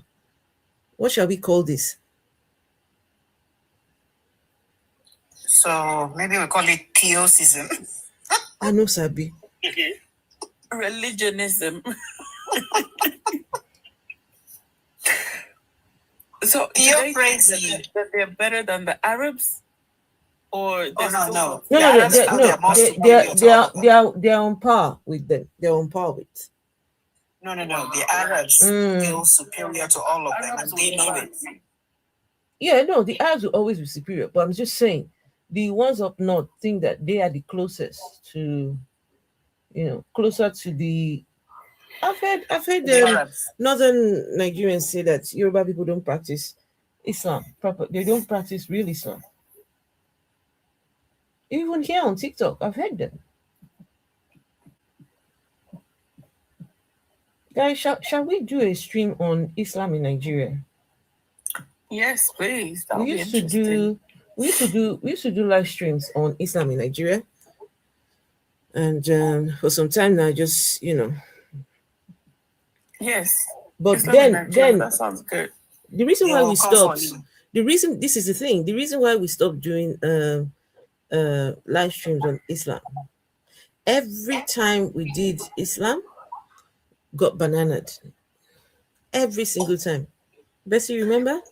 Yes, but Afro, Mhm. if we are doing it and we're emphasizing that we're focusing on Islam in Nigeria, the ones who will come up, let's say the British Muslims, don't be shocked by what is going on in Nigeria. Mm-hmm. Don't be shocked and surprised. Because what's happening in Nigeria is completely different to how they do over here. Even the prayers, right? I've noticed recently, I noticed recently that they pray different. So in Nigeria, most of the Muslims carry this thing in their hand. Yorubas call it a tesbih, right? They pray in they counting the beads as they pray. They rakas, they're counting. That's a Muslim rosary. I've never seen Really? I've not seen any Muslim outside of Nigeria use that thing to pray. I've not seen any one of them use that thing, tesbih. What they call it, tesbih? Not seen any. Yeah, tesbih. Tesbih. Listen, so, some of them do. Some of the Muslims here in New York, they do. They do, eh? But where are they from? That's the question. Yeah. The ones that you have seen. I think these Muslims are from, some of them here, I think some of them are from Yemen. Okay. And most of them own corner stores. Uh-huh. And the other group, Pakistani. Most of the Pakistanis, they are like into real estate and other stuff. But the corner stores, most of those are from those other Arab countries. But they do. Because I know some of them, they do. They'll sit there and they eat that thing that they chew. There's a thing they chew. The tobacco. I think it's illegal, but they get it over here anyway, and they chew it addictively. Someone said on YouTube, said an African man would leave Beyonce if she was barren. No. Yeah, if Beyonce was barren, they go waka komot. But what I don't know if you've heard me refer to Islam as Christianity 2.0. So that view is just the original Christianity with their rosary. You know how when you go to confess to the fathers, they'll tell you to do 500 Hail Marys. What the hell? Yeah. 500 Hail Marys? So that's what Muslims do too. They repeat the same thing over and over on the tesbih. Just like they do the Hail Mary, Hail Mary, Hail Mary, Mother of God, Hail Mary, Mother of God, and so on and so forth. Yeah, I was surprised when I saw it. I never knew it until I saw the guy was in the store that I knew, and I'm like, oh, what? I was so accustomed to seeing Catholics do that. Yeah, they all had a common culture, all the Semitic peoples. Yeah, but very similar in nature. You have the prophet. He comes, right? Whenever he comes and sees, okay, I can start my own little something. It's so easy. You just pinch from other people's books. Just add your own little twist to it. Oh yes, Muhammad, he hung around the Jewish scholars and the Christians. And a religion has started. Is the video finished? Actually, let me see. Yeah, she's just thanking the people. There's actually more. She went and did one today. Hold on. She did one today. Wait, let's see. I think today she did. I'm still praying, she says. I saw him leaving. I saw him going, waving at me. And I was telling somebody, wow, I was like that. Okay, so I woke up crying. What's the point in watching it? Because I just want y'all to know this video is old. So what he did, he reshared it. The reason why I know is because that's our house. Okay, the background is our house. So what he did, he just posted it. But in the video, he was talking about his mother and father. So he's making subliminal messages. I don't know if he's gonna go live to talk about me or whatever, and he can. Don't matter to me. Oh God, I wish this was over with. Sometimes I just want to wake up and be like, is this a dream? And why am I going through this or whatever? This is my life, and it's not a dream. Yeah, this is my life, and it's not a joke. It's not funny, and I see some content creators that I do know making videos about me and my husband. Abendigo, I love Abendigo. Okay, thank you, Abendigo, and other content creators. But Marcus Rogers, I love Marcus Rogers. I love his wife. I really do love Marcus Rogers, and we have did videos about him, and we have prophetic dreams about him, and we have been on a call with Marcus Rogers, and we tried to warn him during the time when my husband was right, and we did it out of love and concern. I didn't watch the video with Marcus Rogers because I don't want to get upset with Marcus Rogers. I want to continue loving Marcus Rogers, but to be quite honest with you, when I seen that title was a 100% lie. And I don't want to play these games. I know people want to make money off of the situation or whatever. Like I said, you can do whatever you want to do. I'm not trying to be messy, but I do want to continue to be real. That title is 100% lie. He ain't warned my husband about nothing. To be quite honest with you, Marcus Rogers was going off on me on the phone because he said that people don't like me and that I'm mean and I'm too straightforward. That's what he told me on the phone call. I know my husband is acting up or whatever. Okay, I know my husband is acting up or whatever. But what we're not gonna do is lie. Okay. Now Abendigo, I love Abendigo. He did the video perfectly, and other content creators I didn't watch or whatever. We're gonna have some haters. Obviously, you can do that. But one thing you're not gonna do is lie. So stop the games. Cannot stand that, to be honest. I know y'all love Marcus Rogers, and I love him, and I forgive Marcus Rogers. I just read the title because I don't want to watch the video because I want to continue to love Marcus Rogers. Even when, and to be quite honest with you, when Marcus Rogers said that to me on the phone, that hurt my feelings, to be honest with you. And this was years ago. That hurt my feelings, but I love him, and he has a great calling of God upon his life. Okay, so I don't want to bash him. So y'all continue to watch him, and he's going to lead a lot of people to Christ, and his wife is beautiful, and his children. Okay, so I don't want to go there or whatever, but y'all just I'm not trying to start no drama with. By the way, people don't know who she's talking about. Marcus Rogers, one of the American Christian content creators, got maybe 750,000 followers. That guy is a very problematic one. This guy, when he was in the army, he gave his life to Christ. He was hot, hot for the Lord. He started baptizing people. Got one of his army buddies to the river to go and baptize him. The guy drowned, though. The military guy that he took there. Hello, Engineer Toby. The guy drowned and died. He died, though, over there. Very problematic Christian. I guess the Holy Spirit rejected that one. It was the will of the Lord. It was the will of God for that one to unalive in that manner. Very problematic. I'm sure it was an accident because I think it went to court and they didn't find him liable. But I think that thing really affected him. I want to share with you all the kind of absurd Christian behavior in America amongst African populations here is found in the South. The North, we don't have time with that nonsense. The South is outrageous, out of control. So Southern America? Yes, in the South. They're out of control. Let them come to New York and try that stuff.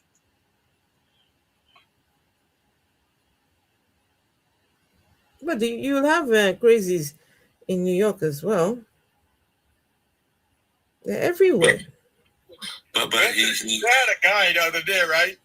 I think a couple years ago. He's in jail now. He came out of jail, came to being reform and everything. I think he's a flashy one. He's a rare, expensive suit, right? So he was. I remember him. I remember him. Yeah. Yeah. Did they not go in his church to go and steal his jewelry? Yeah, but listen, they said he set it up. He was a part of all kind of frauds. I know a few of them like that, but New York don't have. No, we don't have that kind of intense population. After a while, New York will just deal with you. They have the more philosophical types here. Okay. Like one of the leaders right now is, there's a group called Christian Cultural Center. E. Bernard. He's like the most popular right now. He's the most popular. They're more philosophical in their presentation. Okay. They Yeah, they don't. But in the South, like I have some family, a lot of New Yorkers, right? A lot of black population are moving out of New York because the rent is so high, and they're going to the South. And now that some of them going to the South, right, and they're looking at the way they practice Christianity, they're like, oh man, these people behave like they're in cults. Everything is the pastor said, the pastor said, the pastor said. You got some real, you see some real crazy people there. Yeah, and he's absolutely right. I went to Louisiana. Oh my God. It's crazy out there. Like, and you could see where the bayou is right there, where they used to hang slaves and all that. And there are churches along the riverside. And these, you see black people go to churches over there. I'm like, are you guys not even thinking this is where these people hung our ancestors for crocodiles and game shooting them and all that, and you still are going to church here? It's crazy. Crazy. Oh well, I guess what God cannot do does not exist. When you're a believer in God, that's all that matters. Everything else doesn't count. After all, this world is not my home. I'm just passing through. My treasures are laid up somewhere beyond the blues. The angels beckon me from heaven's open door, and I can't feel at home in this world anymore. He was a minister and he could sing. Oh my God! Lord, you know I have no friend like you, and if heaven's not my home, then Lord, what will I do? The angels beckon me from heaven's open door, and I can't feel at home in this world anymore. If you don't want to live here anymore and you're sick, why do you go to the hospital? I have a loving mother somewhere in glory land, and I don't expect to stop until I shake her hand. She's waiting now for me on heaven's open door, and I can't feel at home in this world anymore. That's where the songs. I was waiting for the rapture. Yes, no. The one who sang the song don't die since. He waited and waited. Yeah, he died. He's now with his mother now. He's gone to meet his mother. Well, something though that I would like you to comment on, right? Like gospel music in particular, I'm talking about American format, right? It has some great inspiration behind, some of the struggles we have faced there. Yeah. That was used really well to galvanize resistance and for social change, right? So, even the very positive things that we once did using this religion has been abused now. That type of positive social impact, Like I was telling some folk people, let me look at it because they're trying to say about what we did before. I said, no, you do not compare the struggles that our ancestors for the past at least 100 years back use this religion to contend with and compare ourselves. We are an embarrassment. Wait. What gospel music propelled them to fight for freedom? No, like when you listen to Mahalia Jackson and them, the kind of inspirational message in the songs to galvanize for social change. It was a major part of the movement of the 1960s and 50s for civil rights in America. Major part. A lot of those music, a lot of those songs gave them hope. Yeah. A lot of those songs. Yeah. I'm saying, but they didn't just leave it up to devoid themselves from what was going on in the world. They were a part. They were a major part with Martin Luther King in particular because they took the Christian angle in terms of singing songs and that spoke to that type of overcoming. But what I'm saying is, it wasn't the songs allowed them to live through the pain. It wasn't the songs that galvanized them to fight. The songs were more like pacifying songs. You understand what I'm saying? No, to help them through the pain. No. I wouldn't say pacifying. I think motivation, because pacifying is kind of more negative. Yeah, but that's what I'm saying though. But that's what I'm saying. It did give inspiration to deal with the challenging circumstances. Yes, and what I'm critiquing is that when we look at today now, like when people trying to make the claim like we are using this religion in such a same way, I'm saying, show me the results. Like, you know, you got a situation where like I forgot which, I think it was the blues that came out of the 1800s gospel, right? And you listen to the messages in the songs, and you're like, you know, they were singing with this great hope of things to change. But, you know, it wasn't just some pie in the sky in their music all the time. It was hope to change their real life condition. You know, and you're looking at people who, because they have some great records, man, that you can look into. Like when you, like a lot of the black colleges, right? They have like a lot of like the historical stuff you could go and listen to, like listen to the music that they were singing in those days and the role that how they articulated a desire for change and the wish for change, right? And you look and you say these people were just coming out of slavery or in slavery, you know, and they didn't get so caught up in pie in the sky that all they talk about was Jesus and this type of orientation where we are in the midst of so many problems and people want to just talk about praying, you know, and that was a bigger point I was making to particularly my Nigerian Christian, like you trying to compare like this adherence to Christianity in this time as if it's some revolutionary force in the midst of all this powerlessness that we are experiencing across this planet.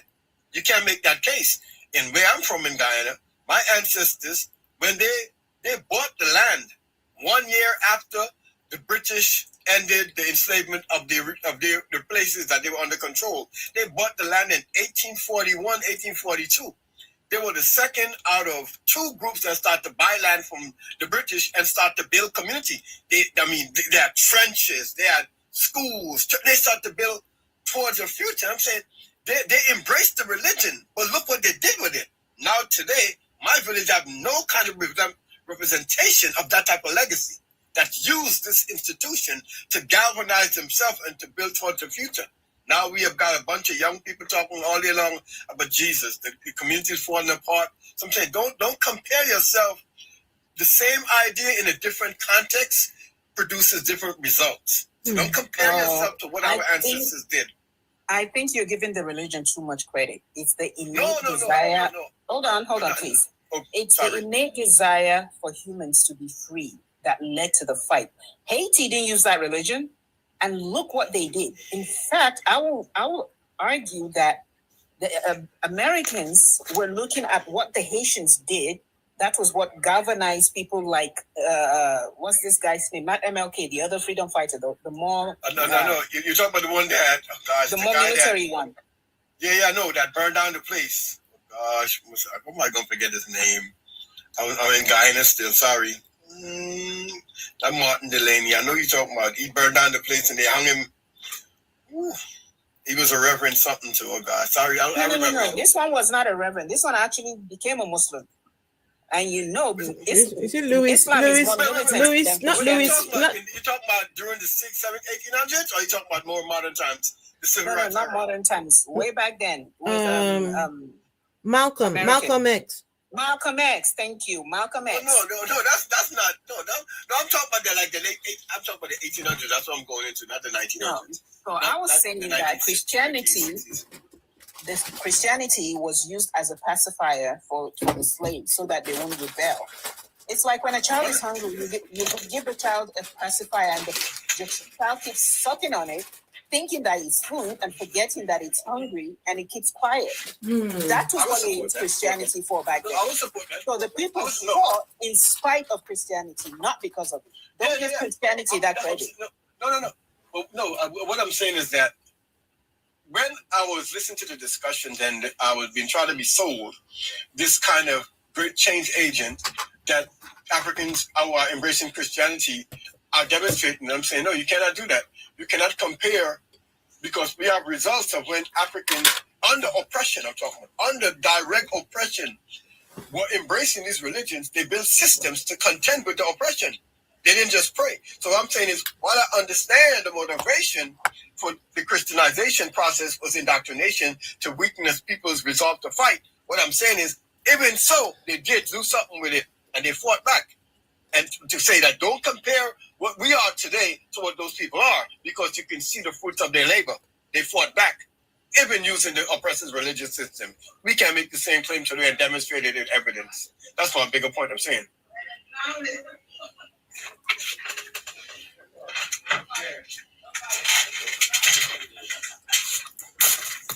Oh, we've got Light Bear. What's Light Bearer? Are you there? Hello. Hey, hello. Afraid. Hello, Light Bearer. How you doing? I'm good, and yourself? Yeah, good, very good. Thank you. Mm-hmm. So, what brings you here?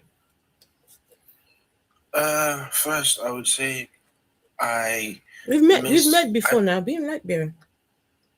What? We've met before. Yeah. Okay. Yeah, just that changed my profile picture, and the name. What was your name before? Manual. But yeah, Light Bearer now. Okay. But I've often been on your live. I do enjoy it, but I've not been around for some time. So okay. Yeah, it's been a while. I said let me come in and just hang around. That's okay. And listen to what people on the panel have to say. Okay. Regarding the prompts I'm saying, and of course I can lay my submission as well. Mm-hmm. Go on. Mm-hmm. Okay. So these are a couple, right? Mm-hmm. That split apart. So I think is the matter of concern, is it that they're blaming it that it's a supernatural thing that caused their division, right? The lady is the one who is so it's not that they split as such. It's just that the man S25, she has not been able to have kids for the man, but she has 5 of her own before they got together. He's a Nigerian man. He's a Nigerian man, but she's a Black American. And so, as the Igbo man that he is, he wants a child. He went to Nigeria, he went to do Dirty December. Since he came back, he has changed.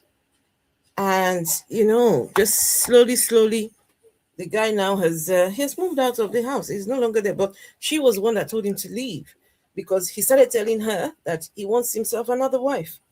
He wants to go and sleep with girls. He wants a baby. Because she has been pregnant several times. She's not been able to have babies. So he wants babies. He wants, So she's saying it is spiritual attack. So basically, she's not conceiving children for him. Okay. She has had pregnancies. She has had pregnancies. Trials. Yes. And then he resolved to conclusion that it's a supernatural effect that's making her not conceive. Yes. Okay, I think I get the whole story now. To the extent she said a demon came to her when she was on her bed. The demon put his hand on her neck and tried to choke her. She didn't see it, but she felt it. And then when he was done choking her, he then put his hand and stole the baby. Yes, stole the baby from her insides. Now this is serious. They came and took the baby. So, but I mean, basically, what I understand that it's happening here is okay. Definitely, what she's saying sounds very religious. So, I'm assuming, I don't know, but I think, or maybe she is religious, and then that's why she made this claim. Yeah, and then the man as well, her husband, of course, being Nigerian. So he's religious, he's trying to, and what he said about why she can't conceive for him. Okay, so these two people, they're basically religious people. So the problem now what has led to their division is how I will explain it from my own point of view is it's a religious dilemma. It's a religious dilemma because she is saying what she thinks and he is saying what he thinks. So there is no meeting point of agreement because he thinks that this is the cause and she thinks that this is the cause. So now when we try to put into perspective how, their claims about the both of them, what they claim about what has warranted to their division now, links back to their religiosity. We can see that there is a very big, I would say lie, and I also say it's a discrepancy there. Like they're not correlating. They do not correlate. Do you understand? So that's why I say as a religious dilemma. Okay. So whatever then led to their divorce is because of their religiosity. When they are trying to judge something that can be biologically examined, checked and fact-checked, for any form of maybe conception problems, but they do not do that, and then they resolve to believing something in their head, a contrived delusion in the head that, this is what I saw in my mind, or something came and took the child from my intestines, and etc.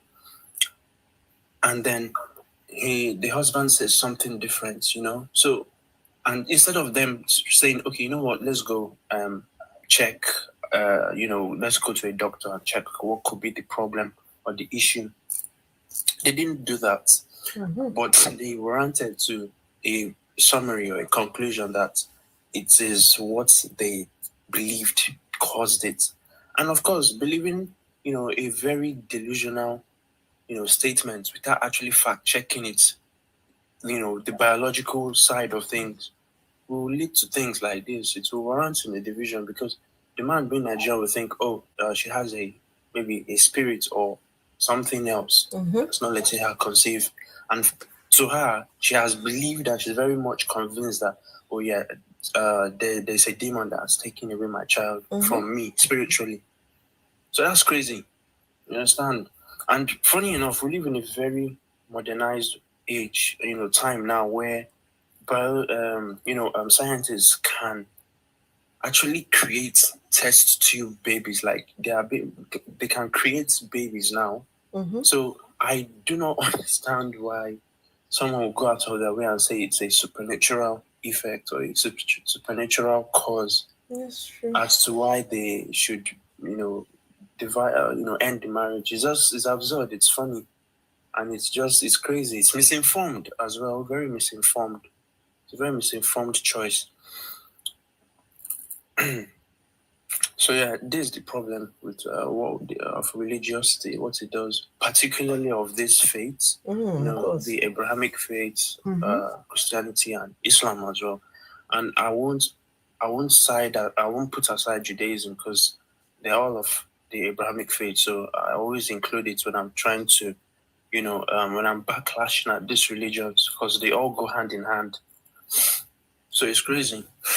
Should we go? No, I just seen somebody online. He says he's a prophetic apostle. Huh? Who wants to go and get a prophetic? Let's listen to him. Call me a liar, but call God the true one. Yeah. As I see him, they call me a liar, but call God was the true one. Now God they speak. I'm not the one speaking. If I did now, if the angel of God is my body now, I'm nothing. Everybody, power tap to your screen and share.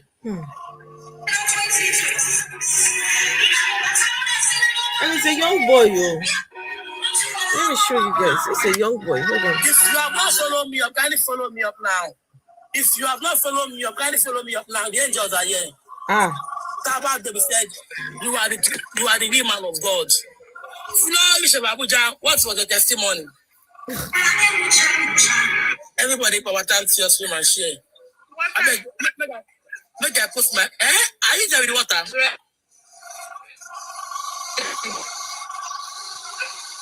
Are you there with the water? Yes, I'm here. No, I wait to I beg. Make my number here show be cool. My life, support my ministry. Support your ministry. You put your number. Fighting and shouting in the Holy Ghost. What the fuck?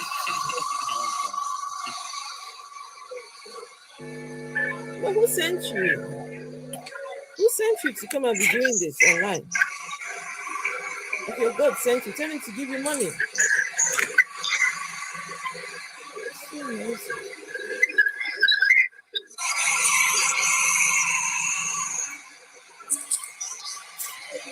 The audacity of this people.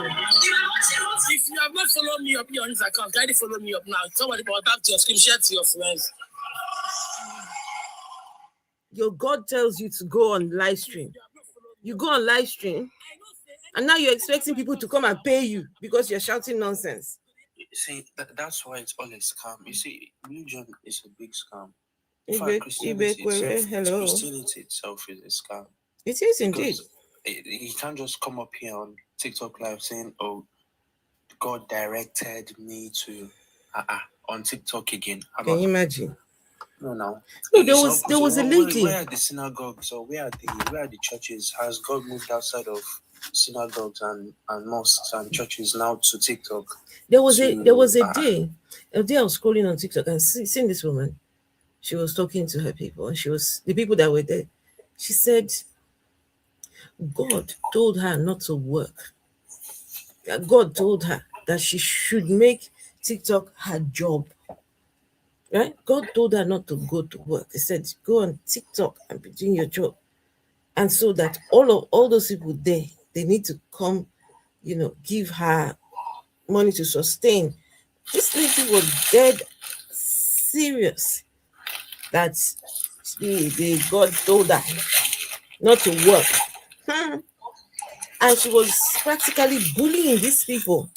Yeah, practically bullying them to giving her money. How is a God telling you not to work and then you're here trying to get the money from the people? What is wrong with you? For me personally, what I kind of like know what's happening now is, we're actually beginning to witness this shift in our timeline where these religious institutions now are actually, because they cannot sustain anymore. So now they have to do things that are very out of their religious confines to make sure that their religiosity survives at any cost, at any means that will be. That is what we're happening now. That is the psychosis. That's the extremism, the madness now that is happening. I think yesterday I was watching the news here in the UK, and I think Afro, you're in the UK too. So I do not know if you had this news, but Keir Starmer, the Prime Minister of the UK, the current Prime Minister, was bashing back at Kemi, who is in the Tories. I think there was a member of the Parliament. I think he's Muslim. And I think what I understood from, what he was saying is about how these Muslim people, they came out and they were, praying in public, disturbing public, activities, all just for the sake of their religion, the Islam religion. So that's an issue, and that's a form of religious, psychosis and extremism and delusion that is being projected out there, that we actually want to make sure that our religion thrives out at any cost possible. So tell me, why move out of the mosques to come and disturb, public activity? Why not just do your delusions inside that building? Why come out? Light bearer. They're trying to make sure that their belief, no matter how people are beginning to question it and challenge it in this day and age, in this age of questioning, they're trying to make sure that their religion, the delusions, keep thriving. But unfortunately, can't. You understand?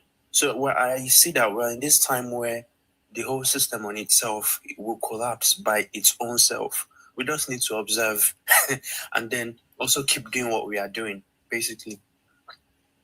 Light Mirror, I want to speak of that, right?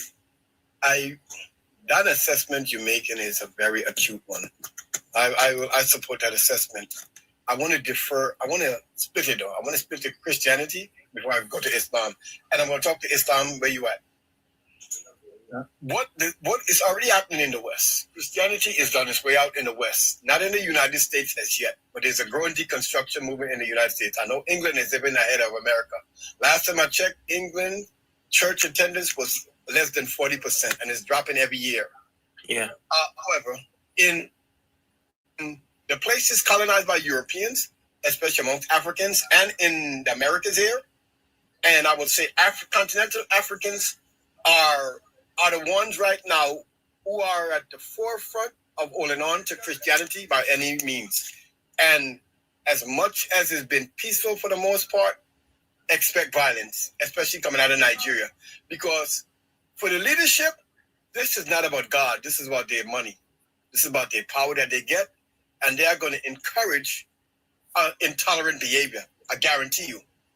But in the West, which is who they worship, really, most of the people in Africa, the people who they model themselves after, are many coming out of the Pentecostal evangelical movements in the South in America, a bunch of racist white supremacist preachers that unfortunately many of the Africans who are following these crazy people in Africa claiming to speak about God don't know that this is the type of men that these jokers in Nigeria, Ghana, South Africa are following, a bunch of people who hate black people. That being right, now I want to speak to the UK. Before I used to keep up with Speaker's Corner. I used to keep up with people well from Speaker's Corner. There's a young man, I think his name is Kalam. He used to host with a lot of people in New York here who are part of the debating community on religion. And, and I watched Speaker's Corner went from a decent debating place to when the Muslims, such as Muhammad Hijab and them, start to try to intimidate people. I lost interest. I saw Muhammad Hijab and them get online and get obliterated by people on philosophy and science. And then I watched them, go around and hide out after they got obliterated by especially American intellectuals on religion and science and stuff. They taper it back to much of the Muslim world, right? But what I watched that movement became violent. And I watched the response from people in London as an embarrassment to let Muhammad Hijab and them get away with that type of behavior. Let me tell you something. I'm in New York. The Muslim community is a minority community. I'm very defensive of them. When the 9/11 happened, I was a part of defending them. I've defended students, all that. Even when the president banned the Muslim country, we were a part of organizing protests for that. So I love people. Ideology is another thing. That being said, what England has allowed to happen with the Muslims in London, the Muslims can't even think about doing something like that in New York. It wouldn't even last a day. They tried something like that in my neighborhood. Say they're going out and praying in the street. Oh, man. And you see that little militant thing that they like to play? Oh, my God. That can't even last a day in New York. And I'm saying that because I watched that thing since 2014. And I watched London's response to the Muslim radicals. And it's embarrassing that they let it get out of control. Muhammad Hijab them are terrorists. He has grown to be a madman. Mm-hmm. Yeah, I agree with you. I mean, even if I'm not very familiar, with this piece of information you said, but I agree with you on the validity of how this Muslim radicals actually push their agenda, outward to make sure that they are kind of like making it very popular or trying to make it very acceptable of their religiosity to be practiced literally anywhere without any confines whatsoever. In the US, I am very certain that wouldn't be tolerated. It's just that, here in the UK, they have laws that accommodate certain actions. But when it gets to a situation where it kind of like breaches past the law, then that's when, those in political places need to step in. And that's what Keir Starmer did. He called it out that was, uncalled for. They shouldn't be doing that because they have mosques. And even the GB News here also picked up on that. They debated about that. That's the reason why they have mosques. It should be done in there instead of, bringing it out to disrupt public activity. So, yeah. I didn't know you didn't know the history of it. I didn't know you didn't know the history. Yeah, I used to be a part of that discussion with these flunkies, Mohammed Hijab and them. No, it's something that they're doing on purpose. It's them trying to project dominance. That's what they're doing it for. Yeah. They've been trying to get to that point. And what I'm saying is, people have been trying to, I like this, I'm talking about 10 years ago, with Mohammed, when he was much younger and was less radical. He was trying to take over from Andrew, what's his name? Oh, God. Andrew Chowdhury, right? And he was building his name. He was a teacher. He ended up losing his job. And then he used to do a lot of content. Him and the next one, I forgot the next one name. He's a Yazidi from Iran, I think, and was supporting the nonsense that ISIS was doing in Iraq. Oh gosh, what's his name? I forgot his name. But yeah, so I used to watch them, and they used to see the debate, and I watch it went from civil to disruptive to outright violent, where they're actually attacking people. And so I didn't know you didn't know that was going on. Yeah, but people been pointing out that they are trying to exert dominance. That they can do whatever they want. And I told people, as much as I'm sympathetic over here fighting against the attack, oftentimes that the United States has done to Muslim countries, I will not tolerate Muslims behaving like that in my society because I know their game. Their game is to always project themselves as dominant, and they will push until they get their way. They're trying something like that right now in Texas, right? There's a place in Texas where they're trying to build what they call like a Muslim community.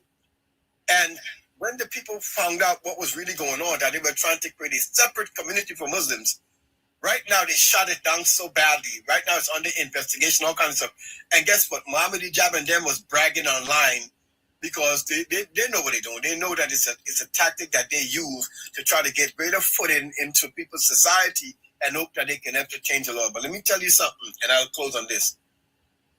If it wasn't for progressive whites and black people in America, let me tell you something. You see these Christian white supremacists, there would have been no Muslim left in the world. You know what I'm telling you? You know what I'm telling you? So when I listen to these crazy African Muslims talking nonsense, I say, you don't have a clue the kind of white supremacist Christians are in America. They are the worst. They don't play. They will take you out in a second. Yeah, I agree with you. Like, I definitely do. They wouldn't even have a say whatsoever, in that space, in that regional area, because they come into another land or a foreigner's land and they try to take over it. I do not know if that's Sharia law. I think it is, maybe something like that. But yeah. And guess what? It's recorded. It's a tactic. It's not. That's what they have done. Muslim communities have done that in many places across the where Muslims grew to be the majority. They did it in Lebanon. Yeah, they did it in many places. Historians are not fooled by it. Yeah, and again, even if you see, despite the fact that they're trying to assert this political dominance, and this religious dominance on, regional countries that they inhabit. And when they're trying to, push it as severely as they can, to make sure that they actually, are not challenged whatsoever, or they manage to, manipulate the system and the law. Despite them doing that, what they do not realize is that the belief system, which they're advocating for, it's been debunked time and time again. So the substance or the value of what they're trying to do, it cannot stand. Like, it doesn't have any inherent meaning to it. It has no value because it's the same with what Christians have been doing as well. When they go about preaching and etc. Same thing, same logic. I think that's why Ayoman, which was up here, I think she says Muslim is Christianity 2.0. Mm-hmm. It's pretty much the same thing, but just in a different format. Very much so. By the way, I don't know how much you're aware of what was you in England. how much is happening. That couple documentary, well done documentary, exposing how well organized this is. It was being funded by Saudi Arabia. I hope you listen. Let me see. Hold on. Let me see if I could go to my YouTube and get some of this stuff. Yeah, I used to keep up with it. But what I'm so disappointed that London let it get out of hand like this. Yeah, they found that some of the imams that used to come from Saudi Arabia and other more radical groups. Yeah, Saudi Arabia, not fringe group, foreign. I think the Minister of Foreign Affairs in Saudi Arabia was funding a lot of these people. This is by the way, Saudi Arabia is beyond much of the radicalization of Islam in the world. Much of it. They've been funding what you call it. By the way, America know this, England know this. They're going to deal with them when they're ready. They've been funding many of the radical sects around the world. They've been funding building of mosques and what you call it, the mosque and the schools around the world, and they've been pushing Wahhabi style of Islam. Go and look what happened in Somalia when they started get more access in Somalia in the 1970s, and see when did this radical type of Islam, the Wahhabi style of Islam, start to predominate in Somalia. This is not accident. Saudi Arabia is behind most of the radicalism in Islam right now. You have the records. I agree with you. Yeah, there must always be a source of sponsorship somewhere. Well, my people, I'm gonna love and leave you guys. I think that's us done for tonight, so I can try and get some sleep. Be back again. Afro. That would be okay. That would be fine. Yeah. Okay. That's wonderful. Light bearer, this is not my account. My account doesn't work. This is my lady's account. But could you send me a message so I could send you some of this information? A lot of this stuff is on YouTube from 10, 15 years ago when they were doing a lot of investigation into the radicalization of a lot of the English Muslims. Okay. So give him a follow, and then you can share your stuff with him. You can share the things you've got. Yeah. All right, everyone. What have you sent it light bearer? Yeah. So okay. You can follow from there. Yeah. Okay. All right, everyone. Good night, and we shall see each other later on. Good night, Suzanne. Good night. Good night, everybody. Good night. Good night, Rastilo.